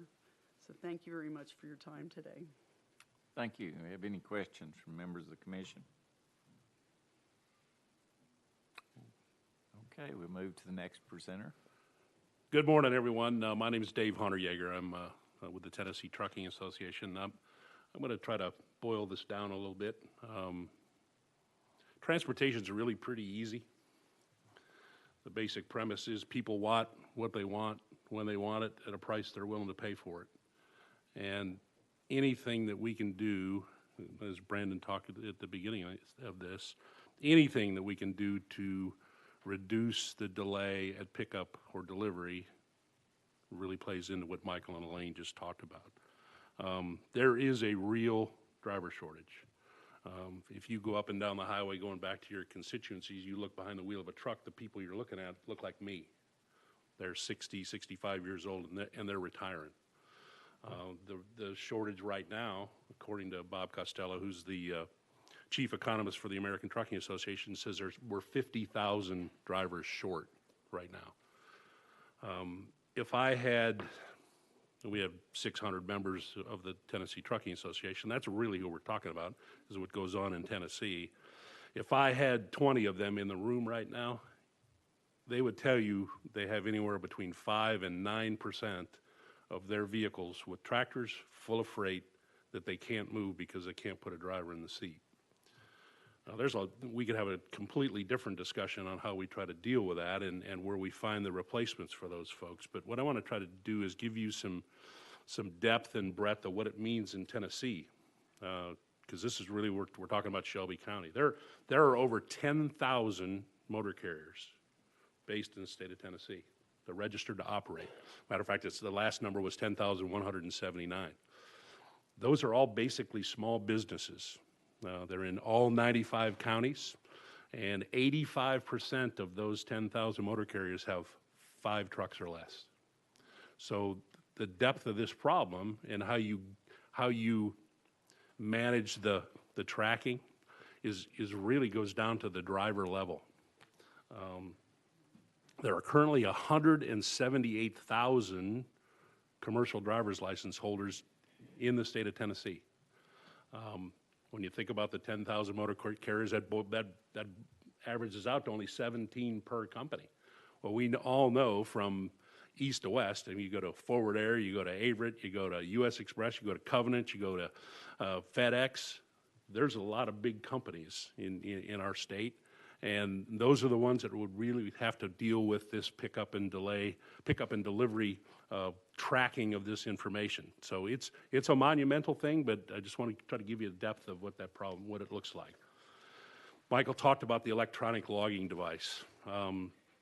It was congressionally mandated, went in place in December of 2018, and it was intended to create a safer workplace for the driver, but it also allows a lot easier tracking for enforcement to find out whether or not a guy's or gal's keeping up with their hours of service. And the ELD synchronizes directly with the vehicle's engine. So as soon as that engine starts, the clock starts. The ELD is the way that we keep track of a driver's hours of service, but hours of service is something completely different. The Federal Motor Carrier Safety Administration mandates the hours of service laws. They provide for an 11-hour driving limit in a 14-hour day. I told you earlier where that ELD synchronizes with the engine. As soon as that engine cranks, that driver's clock, 14-hour clock, starts. And he is only allowed to drive 11 of those hours in there. That 14 hours that he has to do in that day, he's got to deal with Michael and Elaine's pickup and delivery spots. He's got to complete that stuff and still drive to another destination to deliver that product. Once that clock starts, it doesn't stop. And at the end of that 14 hours, he has to stop, and he is mandated to rest for 10 hours. There's also 30-minute breaks in there that he has to take. Sometime before his 8th hour on duty, he has to take a 30-minute break as well. When Brandon talked to me about this 4 years ago, I spent 29 years in the less than truckload business, delivering or picking up 1,000 shipments in my district in a day. That's a lot of stopping to delivery, and it's a lot of stopping to pick up. This is a monumental effort that you're looking at, but again, I'll go back to the thing that I started with this. Anything that we can do to reduce delay, either at the pickup or at the delivery site, is worth doing, because that driver shortage is real, and everything that we can do to improve the productivity of that driver or the productivity of that motor carrier adds to the bottom line. And I know Elaine said something about congestion. The American Transportation Research Institute does an annual congestion study, and I think I've shared it with some of the legislators in this room, and 9 of the top 80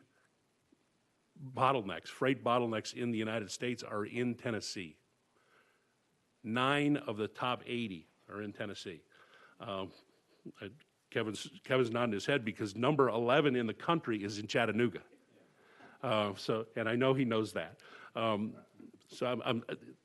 congestion is real. What they deal with at a shipper's dock or a consignee's dock is real, and the shortage is real. But anything we can do to reduce that delay is going to be beneficial for everyone. So thank you all very much. Thank you. We have questions. Yeah. That area in Chattanooga you're talking about, they've let the contractor rebuild that interchange last week, or a week before last. And you know where it is, Representative? It's 27. It's where 24 and 27 come together, and it is all related to that congestion. Yeah, it's 24 and 75. So no, it's 24 and 27. Yeah, it's going into downtown. It's around the turn there. Yeah, I call it different from that, but that is now it. number 81. Number 81 is 24 and 75. Okay. Yeah. McKee Foods transportation director is a friend of mine, and I hear about it frequently. Well, Connie Vaughn, I know, and since the representative was talking about McKee Foods, Connie Vaughn, who's their government relations person, is the chairman of the Tennessee Trucking Association. So I know her very well too. Representative, yes. Thank you, Mr. Chair, and thank everyone for their information. I had no idea. You know, I guess I'm a little bit removed from the trucking industry. So, one of the questions, and if you can reiterate, how many drivers are we short in Tennessee? We don't break it down to a state level, but like I said, if you talk to our member companies, anywhere from 5 to 9% of their trucks are sitting without a driver in them. So, if there's 170,000, 5% of that is 4,500. Yeah. Okay. And the reason for that? Why are we short? Aging. I think the population of drivers is aging. Federal regs say that you have to be 21 years old before you can hold a CDL. We miss kids come out of high school, 18 to 21 years old, can't drive a truck. We miss that opportunity. The next time we get them is when they're 30 or 35, when you find them at the back end or of a career change. There are moves afoot federally to move to a graduated CDL, 18 to 21-year-old. You can drive intrastate from Bristol, Tennessee to Memphis, but you can't drive from Bristol, Tennessee to Bristol, Virginia, because it's interstate commerce. So, I just want to be clear on that part. So from 18, you can drive 18 inside to 21. the state? There are 48 states in the Okay. United States that allow 18 to 21-year-olds to drive intrastate. Right, okay. Yes, sir. Okay. But you cannot cross. You can't cross the line. go from Memphis to Olive Branch. Got you. Yeah. Okay. But you can drive inside the state from 18 to 21. Yes. Okay. So, and obviously there's a need for driving within the state. How is there no push being made to recruit those individuals coming out of high school and maybe possibly training while in high school? Is there no push for that? I would love to see vocational training go into, a lot of what the new governor talks about is, training for trades. I would love to see us do something along those lines, because not everybody wants to go to college. Oh, absolutely. And some of these folks can come right out of school and make a really decent living if we can put them in the right place. I'll be willing to make a push for that. So thank you for that. Thank you for that. Well, and it's also giving them the opportunity to make money, right? And showing that. So to Dave's slide, it's simple math, right? If they can be on duty for, and this is the problem we're having, they're retiring, they're getting out the industry, right? It's the primary concern. But if that driver can drive for 14 hours and he's hung up. 11. 11. He's on duty for 14. If he's on duty for 14 and he's hung up at Michael for 4, right? He's hung up at Elaine for 3. That's 7 hours. That's half his day he's not getting paid. So that's what this legislation is enticed to do, is to help that turn, incentivize the shipper and receiver to turn that freight quicker. We can do all the programs in the world, and I'll help you, Antonio, and Shelby County any which way. I think that's the push that's needed.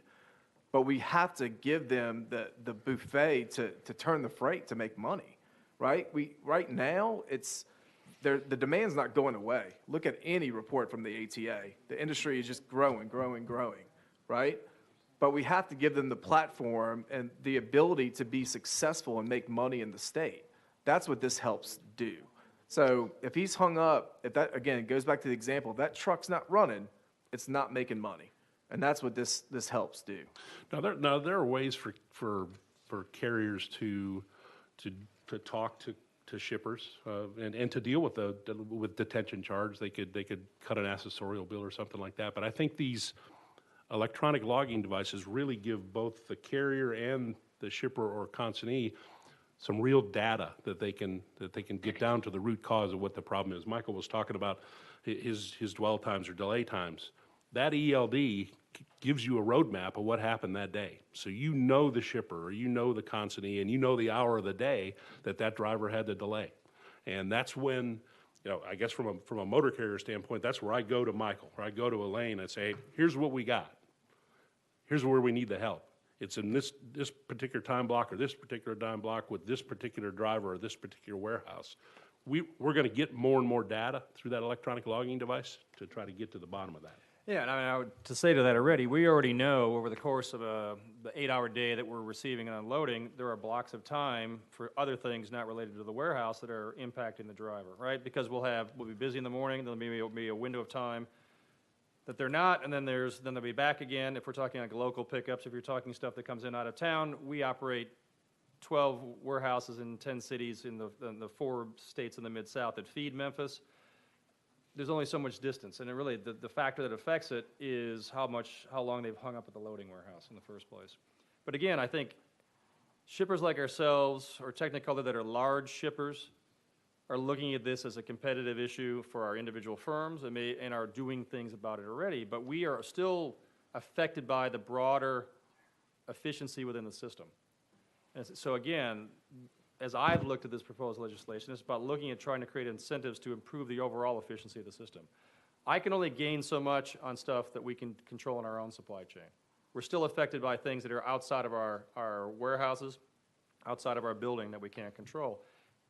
This is one which is really, where's that truck originating from, whether it's a domestic van or it's an ocean container. And so at least this looks at one aspect and one important part of a supply chain, the warehouses, to try to figure out how to turn these drivers faster. Because again, you can incent them to come into the industry, but if they're waiting and not being paid, it's not remunerative. They'll go into construction, they'll do something else. And I think, Dave, what you didn't say was, it's not just about the shortage, but what's the turnover percentage in your members? Because I think that's important for you guys to understand too. It's these same pool of drivers are churning through these organizations every year. But, that's why the number 50,000 continues to grow, because in the truckload market, the folks who are picking up full loads of stuff, that turnover rate's in the 90% range. Can you imagine if the business that you run, that if you have 10 employees, you're going to turn 9 of them over every year? That's what they face, and eventually that population runs out, and we've got to find new folks. Is it veterans? Is it younger drivers? What is it? But it's real. It is real. Okay, Mayor. Oh, okay. Yeah, Representative Parkinson. Thank you. Chairman, this will come as a great shock to many of you, but my very best friend since college is a truck driver. Dave knows this, and we've talked about this. And as a self-employed OTR driver, his greatest frustration when his broker gives him options for pickups that are not related to the Church of God 501c3s that he hauls for, is he will pick and choose because he knows I have to wait too long at that one, and I'm going to I can get 2 loads by the time I could get 1.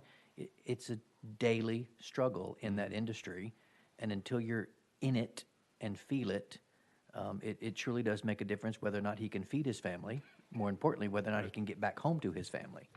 And both of those issues, and I also wish, Dave, you had the slide that you had showed Representative Carter and I at Little Debbie that showed those top 100, because that's another problem. He would often tell me, I can't get to where I'm going, Representative at the time, because the interstates are so badly in need of expansion. I'll send that to the commission. I've got it in a couple slides. So I can't even get to the faster places to load and unload because of the interstate infrastructure needs in the state of Tennessee that are so vastly in need of expansion. I'm so grateful that we took steps last year to start fixing that. Thanks for your presentation, Dave. Thank you. Representative Parkinson, did you have something? Go ahead. Yes, thank you, Mr. Chair. Apparently, this is a pervasive issue, or y'all wouldn't be here, I'm sure. So, first, tell me, how does the driver get paid? Because I heard you say they're sitting there 4 hours and they don't get paid. Could be a lot of different ways. I mean, if you're a truckload carrier, you could be paid by the mile plus a different rate for waiting time. The people you see going up and down the road, like UPS or FedEx or YRC or ABF, those folks are mostly paid by the hour or by the trip. It varies. Okay. It really just varies. I mean, there's 10,000 different motor carriers in the state. There could be 10,000 different ways they do it. But for the most part, it's either by the mile, by the hour, or by the type of work that they're doing. Right. So, were you about to say something? I'm sorry. No. Okay. So I'm kind of an uncut guy. So y'all, I need the uncut version of where the difference is between the two groups. Just the uncut, raw version. I don't think there is a difference between there's no difference. They're an extension of what we do, right? Okay. So, and we're in alignment on this. I think again, getting back to the focus of this legislation, you're looking to try to create an incentive for the broader system that allows drivers to turn more quickly. Again, my individual firm has made improvements in our warehouse turn times intentionally. Some of it means we bear the incremental cost to do it because it's prevented other supply chain risks in terms of meeting customer commitment. Fine, that doesn't help the broader system within which we as Allenberg LDC operate. That still is the broader thing to think about. More so on the truckload side, where we are, with hours of service and where that truck starts is usually not at our warehouse. It's delivering at Technicolor or some other place in town, and then comes to Memphis to go onward to deliver to Parkdale and Mountain City, or run all the way to Virginia to a mill and, for one of our other customers. So it is about driver efficiency. We're sitting here as stakeholders, and we're aligned in the view that it's important, right? So I don't want I hope we didn't characterize that there is any difference between the truck side and the shipper side of this, because there isn't. I think, and when we're different is we don't operate, the only thing we don't do is we don't operate trucks. We operate our own warehouses. Of the 13 warehouses that are in Memphis in the cotton industry, we operate 5 of them. And like I said, we've got one in West Memphis, and then 10 more in the Mid-South within a 100-mile radius or 200-mile radius of Memphis. We run our own intermodal trains in another state. So we're deep in the supply chain as an individual firm, and that's fine for what we do, but if I'm looking at it from the American cotton shipper's perspective, and the merchant is the one that's connecting the farmer to market, we're dealing with all this stuff. And so again, if we can't get to market in a particular time period, the value of that crop and what we're going to pay the farmer for drops because Brazil's coming online or Australia's coming online. So we succeed, and I don't want to overemphasize it, but we succeed or fail every day based on what's going on with our trucks, whether it's going to a domestic customer or not. So what they do for us is important. Not every shipper has that mindset. They make it the trucker's problem. But if we're going to be successful in the long term, we've got to look at everybody that we're working with as an extension of what we do. And that's how we look at it. Just to add on to that real quickly, thank you, Antonio. The question's really interesting because as a shipper, I worked for the Target Corporation for many years, and we had our own assets. We had trucks, we had drivers, we had fleets. It's not a core competency. When you're, creating a product that you're shipping, companies have outsourced anything that's really not a core competency. And we run a supply chain, business for Technicolor that's worldwide. We don't own one asset. I don't check tire pressure, gas gauges, or, ELD things. But I rely on that. It's all the connective tissue. Thank you for that, Mr. Chair. Thank you for guys for clearing that up. Thank you. Sure. Senator, I think you had a question. Thank you, Mr. Chairman. And two quick questions. And have other states done anything, approaching this and that we should be mindful of? And I think the second question is, I could sort of see this being seen differently in terms of just speed and efficiency, and then predictability on the other hand. And I'm curious as if one of those is preferred, if there's a different way to think about it, if that changes the analysis or metrics or the hows that are in place, that are considered. So, Dave, to my knowledge, no other state has tried something like this before. Now, this has been written up in a couple of national distributed trade magazines as well for concept, but no state has taken action to what we're trying to do here. And I think, Senator, the finite nature of it, Shelby County, being the Class 5 railroads, Airtropolis, barge, and road, all 4 modes being in and out of that, it is a transportation mecca. And if you could test it there and figure out a way to make it work there, it could be replicated in other places, I think, Senator. Yeah. There's an interesting fact that's out there that you might have heard before, but the reason that so many shippers, come to Shelby County and this area of Tennessee in particular is just the reach that you get within 2 days over the road to 80% of the U.S. population. In 500 miles. Yep. Right. Yes. I'm interested in the fact that you're saying you're 50,000 drivers short. And one, because they can't be hired until they're 21, the other that they're aging out. Are there any other reasons that individuals who present themselves to you maybe can't pass their? It's not for everybody. I think what motor carriers, and I've came out of college in 1974, so I've been around this nearly 45 years. So I've seen a lot of things change, and I think what I've seen mostly over the last 10 to 15 years is operators changing what they do to get people home. I think the day and time of someone leaving and coming back in 2 weeks, those things are fewer and fewer being done. They're changing operations. They're doing meet and turn operations so they can get a person, send him out 4.5, 5 hours, bring him back so he can sleep in his own bed at night, maybe send him out 2 nights, making sure they get home on the weekends. There's a conscious lifestyle move to change what that night of the road person being gone for months at a time is. I think that's the biggest change that I've seen, and that's a way I think we're trying to compete with construction, because those folks they make comparable amount of money, but they're at home every night, where a driver might not be. So I think motor carriers have really made a conscious effort of doing that over the course of the last 10, 15 years to try to hang on to the folks that they get. How about gender? Do you have female drivers? More and more women in the industry. Matter of fact, the American Trucking Association just named their the next 22 road team captains. These are folks that go out and talk about the trucking image. 4 of those 22 are women. So it's changing. It's probably up to the 9 or 10% range. When I started in the 70s, it was less than 1. So is it moving? Yes. Is it moving fast enough? Probably not. But it is moving, and it's a conscious effort by motor carriers to try to recruit women. Thank you. You bet. Okay, we'll hear from our last presenter then.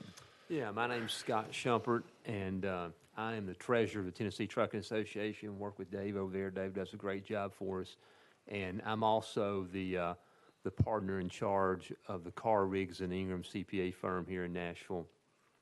And our firm, we prepare several thousand Tennessee franchise and excise tax returns on an annual basis. So we are very familiar with the Tennessee franchise and excise tax and how that works and how it could work in this proposal here, which we don't really, some of the details I think are lined out there. But I think most of the other issues as far as the driver shortage and this proposal, I think Dave's already addressed those, but that's the number one challenge that trucking companies are facing in 2019. Most of those companies, and it's been that challenge for, I don't know, 4 or 5 years, and it continues to be really the critical issue that they're dealing with. But that's what we hear from our clients on a daily basis, and what they're trying to be innovative and do a lot of different things. And this proposal here is something that could really impact the industry and impact the driver and how they go about doing their job. Thank you. Any questions from members of the commission? I have one more question. Sure. You were talking about the delay that the driver experiences when he arrives on the site, either to load or unload. I know in our town there's been a question and maybe even sometimes a heated discussion over where they took the load. They were supposed to have someone to unload it, but the driver, there was a confrontation or a discussion there. Who's responsible for unloading it? Is that a problem many times too? I would say it could depend on the industry or the location. We face in certain places where we're picking up a warehouse, maybe in an area where labor's hard to maintain, right? For a cotton warehouse where they're working outside in outside conditions, and so they may have a small number of loaders, or they may have loaders scattered between 2 physical locations, and that may present a delay because the loader's at location 1 and the trucker's at location 2, and the loader's got to drive over and then get the lift started up, and that adds to the delay. But in terms of your specific question, loading, unloading, in our industry, we're not seeing that. The warehouse loads or unloads the cotton. It's not for the trucker's responsibility because you can't move a 500-pound bale. You need a forklift with squeeze clamps, and then we unload them 4 at a time. So once the driver pulls in, they chock the wheels, they're done until the load is either removed from the van or loaded in the van or loaded in the container. And the clock is ticking the entire time. From what Dave said, as soon as they turn their engine on. And that was the change December 1st of last year. And so when they take that 10-hour rest, they have to turn the engine off? Yes. It has to be off during And that. you can see it more. I mean, I drove here from Memphis last night, and, you know, every rest stop is much busier looking than it used to be, before December of last year. In terms of just stopped, they have to stop. And Michael and Elaine, I think, unfortunately, you see them on the on and off ramps Yes. as well. I mean, because that is, you know, I mean, that's, parking is a completely different issue as well. But they're there because they have to be there. They have to stop. And if not, that they're certainly subject to fine and citation.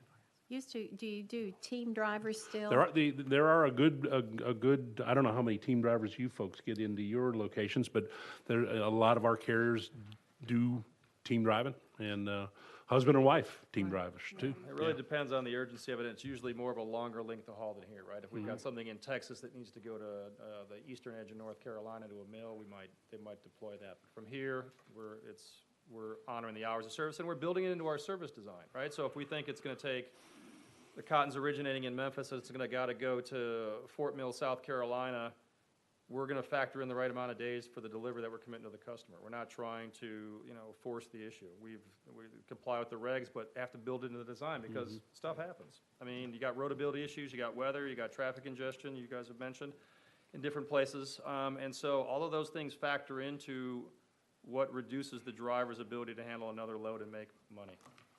So if I have a team, I drive my 14, turn the engine off, and then You drive your 11. You drive your Drive my 11 and get 11. into the berth. Yeah, and then and your partner driver would just take over. Yeah. Thank you. But something to remember, like to Mike said, your teams, they're in it for the long haul, right? Because they know that truck's not going to stop. So they're going to only take longer runs. They're going to pick and choose what route they want to go. Because they're tying up two resources instead of one. I also wanted to mention while we're looking at this, I think one of the major reasons this has been so successful in talking to pretty much every major shipper in Memphis is this promotes all modes of transportation, right? This is just a mechanism to move freight. Other shippers have come up with, everybody's in it to solve the problem, right? Weight reform, making the truck longer, all these certain things, right? What this does is just help turn the freight quicker.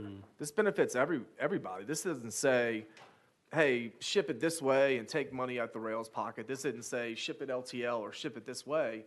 We're just saying, hey, this is a mechanism to move more freight. This helps the better good of the industry in the state. This helps increase GDP. Doesn't matter what mode you ship it, so there's no competition there. It just benefits everybody. And I think to the senator's answered question about efficiency versus I would say surety, I think it does help assist that. If a driver knows it's going to take an hour to unload there, maybe more willing to come there, in the conversations we're having with, you know, Dave's members, we can build a much more consistent plan around how many can be done per day, right? Where they are willing to commit more capacity or more drivers because they know they've got a surety of turn, where now it's a lot more variable in terms of what can happen. And then both sides are kind of really trying to then figure out, okay, not only is it, you know, the driver may have a consistency of run, we know we can plan on, if we're looking at forward demand, you know, 5, 10, 20 per day out of a particular location with consistency to someplace else. And I think that it does help in both sides of it. Okay, yes, Mayor. I referenced earlier, Dave, the time that we saw those slides was in a meeting about the inland port, which is coming to the east side of our state. Right. Today's presentation is focused on the west side of our state, which I understand 100% the need over there. We also mentioned that 2 of the top 100 problems infrastructurally are on the east side of the state. Right. Is the inland port that we learned about and that is coming, whether we like it or not, on the Georgia-Tennessee eastern border, is that going to even further increase the need for? I think the genesis or the thrust behind that is really the Savannah port and moving, you know, containers from there to a railhead. I think that's the primary drive of that. But yeah, eventually it's going to mean more truck traffic. Well, And well, I can kind of talk to that. Actually, we're using Chatsworth today for a product in Alabama. I mean, the Georgia Port Authority is clearly targeting volume coming into Tennessee. Everybody who doesn't believe that's the case is not being accurate, because they're establishing hubs that basically, they're trying to drive cargo through the Port of Georgia. Only so much stuff's going to be localized in the greater Savannah, Garden City area, so they built, originally they had another one in southwest Georgia that we use in the cotton industry, then they put Chatsworth in. It's clearly aimed at not just the Dalton area and the tile and carpet people that are there, but Chattanooga and beyond, because quite frankly, if you think about Nashville, you've only got one Class I railroad here today, right? So unlike Memphis, where we've got NS, UP, CN, CSX, and BNSF, you've got one rail service coming in here, so much of what gets delivered into here, if it's international, is coming in a truck because of the connectivity of rail from the U.S. West Coast or the East Coast, where you've only got one rail option.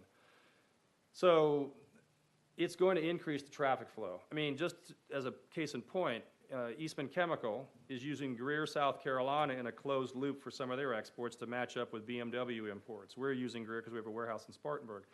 They're going to, importers and exporters are going to create loops based off the hub that are going to extend much further than maybe envisioned when people are looking at it initially. It's really just how does it match up, because it's, again, it's about length of haul, trucker availability. And not running empty. Exactly. density of availability of truckers and cargo flow. So it's, Chatsworth's off to a slow start. We're not taking any, I mean, we might, because of its proximity to Allura, the warehouse there that we don't own, we might run some stuff to Chatsworth versus putting it in a van and running it all the way to Savannah, or taking it back to Memphis and running it to the West Coast. It just creates more optionality, but that optionality is going to mean more freight volume. And that's going to we'll tax the infrastructure in your part of the state, because they're going to go after Volkswagen and other people that are running through there. There's another element that we haven't really touched on that's probably a little softer, but it's just the consumer demand, that's going on, in this, craving for everything instantly, as you well know. So that element is, hovering above all of this, and I guess I don't really see any end to that. It's probably going to continue to, now that everybody can get everything within an hour. People want what they want when they want it. Yeah, exactly. So just, that's the overarching sort of theme when it comes to, just the economic position that, we're facing all over the place, but especially in our country. Mayor Brooks, I want to let you know, too, in the beginning stages when I first crafted this and meet with Representative Camper, we first went with a statewide approach. And then as ELDs and all these certain things came into play, we scaled it back a little bit just to go more of a pilot approach, just to test it out.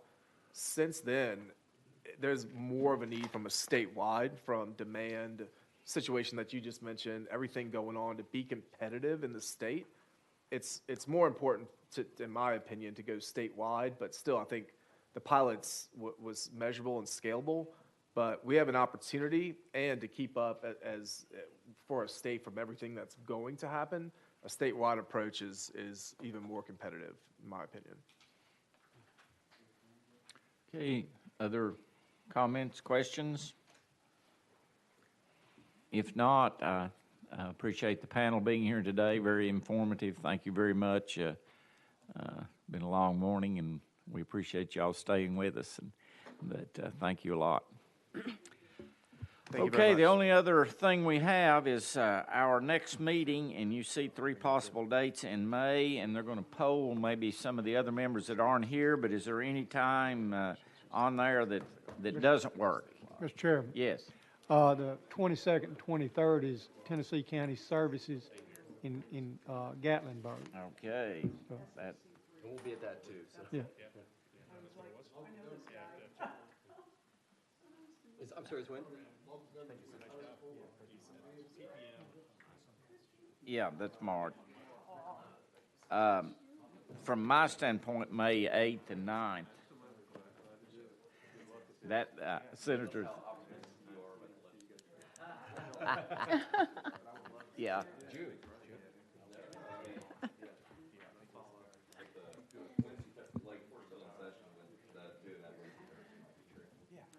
Chairman, I had a question. Yes. Before we take Sure. a possible vote on a May, and forgive me for being new, but following up on my colleague, Representative Carter's questioning earlier about the next report, hate to wait till May, do you as chairman or does this commission have the purview to have a called TACIR meeting before May, should we deem? That's interesting. Well, they have done that in the past, yes. I'm not saying that we need to, but I think the germane point of Representative Carter of waiting that long until the next one, also with the unknown uncertainty of the dismissal of this current, that's food for thought. You want to address that?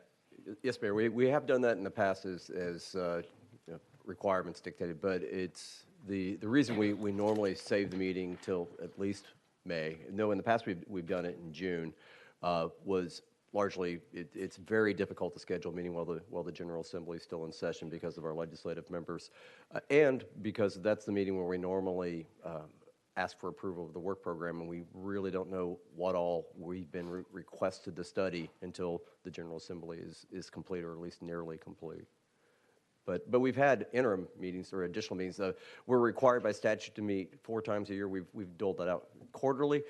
We've met as many as 6 or 7 times a year as we've been working on some of our larger projects over the years. Mr. Chairman? So, yes. So we're gonna wait on the date then? What we would like to, we wanted to get a feel for what any conflicts that the members still here had, but since so many of the members had to leave before we're done today, what we'd like to do is poll everyone just to make sure before we set a date that the date works. So we know that the 22nd, 23rd is probably not going to work, so what we would like to do is poll the members and see, and we'll make it a little bit more flexible. So when I say 8th and 9th, it's possible it would be that week. So if the legislature is still in session, but it's looking like it's near complete, it could be the 9th and 10th. It doesn't have to be Wednesday, Thursday. Wednesday, Thursday usually works best for the members, but we'll poll them based on the tentative dates of 8, 9, or 15, 16 May, if that's okay with those of you still here. Okay. I believe we will still be in session 8th and 9th. I just got a text that the governor suspended all regulations till past May for filings. The budget's not going to be out. My understanding that has been recalled is not be to us until March 1st. There's no way we'll be done. I mean, I can't imagine that we won't still be in session. My understanding is the 8th, 9th is not as optimistic as it gets around. Yeah. Well, what if we poll for 15, 16, and then we're trying to avoid Memorial Day weekend and all that because of there's scheduling issues, but we could also look and see if there's a date in that last week of the month, right before the holiday, that might work as well. Yeah, maybe that would work. Okay. Good. So right before the holiday. 15, 16, and some date in that last week. I'm not sure why, but I just now noticed my legislative assistant has marked off the week of 6th through the 10th as the final week of session. There we are. She knows. She's clairvoyant. Yeah. She is incredibly clever, so I'm gonna bet on her. Mr. Chairman, I have one more thing, if I may. Yes. I would like to take this opportunity to thank Melissa Brown for following up on a question that I brought before us about the post office requiring centralized mail delivery, and that is where, the cluster mailboxes have to be placed in the new developments. That was something that many of us hadn't heard about before, and Melissa sent, Dr. Lippard sent out a memorandum earlier in January, so if you didn't get that, please let him know that you need that, and I really appreciate it, because it wasn't an easy task. It took her from September till January to get communications with the post office, and some of those were still continuing. And Melissa, if you will please tell us, there is a date that I want you all to know about for planners, a meeting for planners, and I recommend that you have your planners go attend this meeting so they can find out what it's all about, because it's coming down the road with very few case-by-case decisions.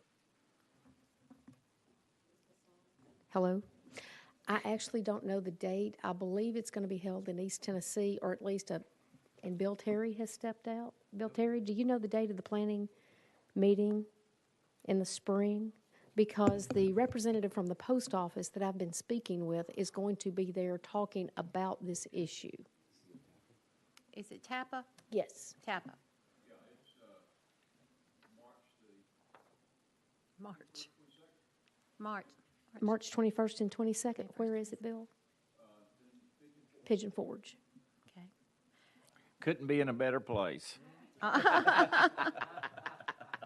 So if you all will put that on your calendars, I think it'd be That's right. beneficial. Thank you, Mr. Chairman. Thank you. I think we're down to adjournment. I'll entertain a motion to adjourn. We have a motion. We have a second. All in favor of adjourning, please rise. We're adjourned. Thank you, Mayor.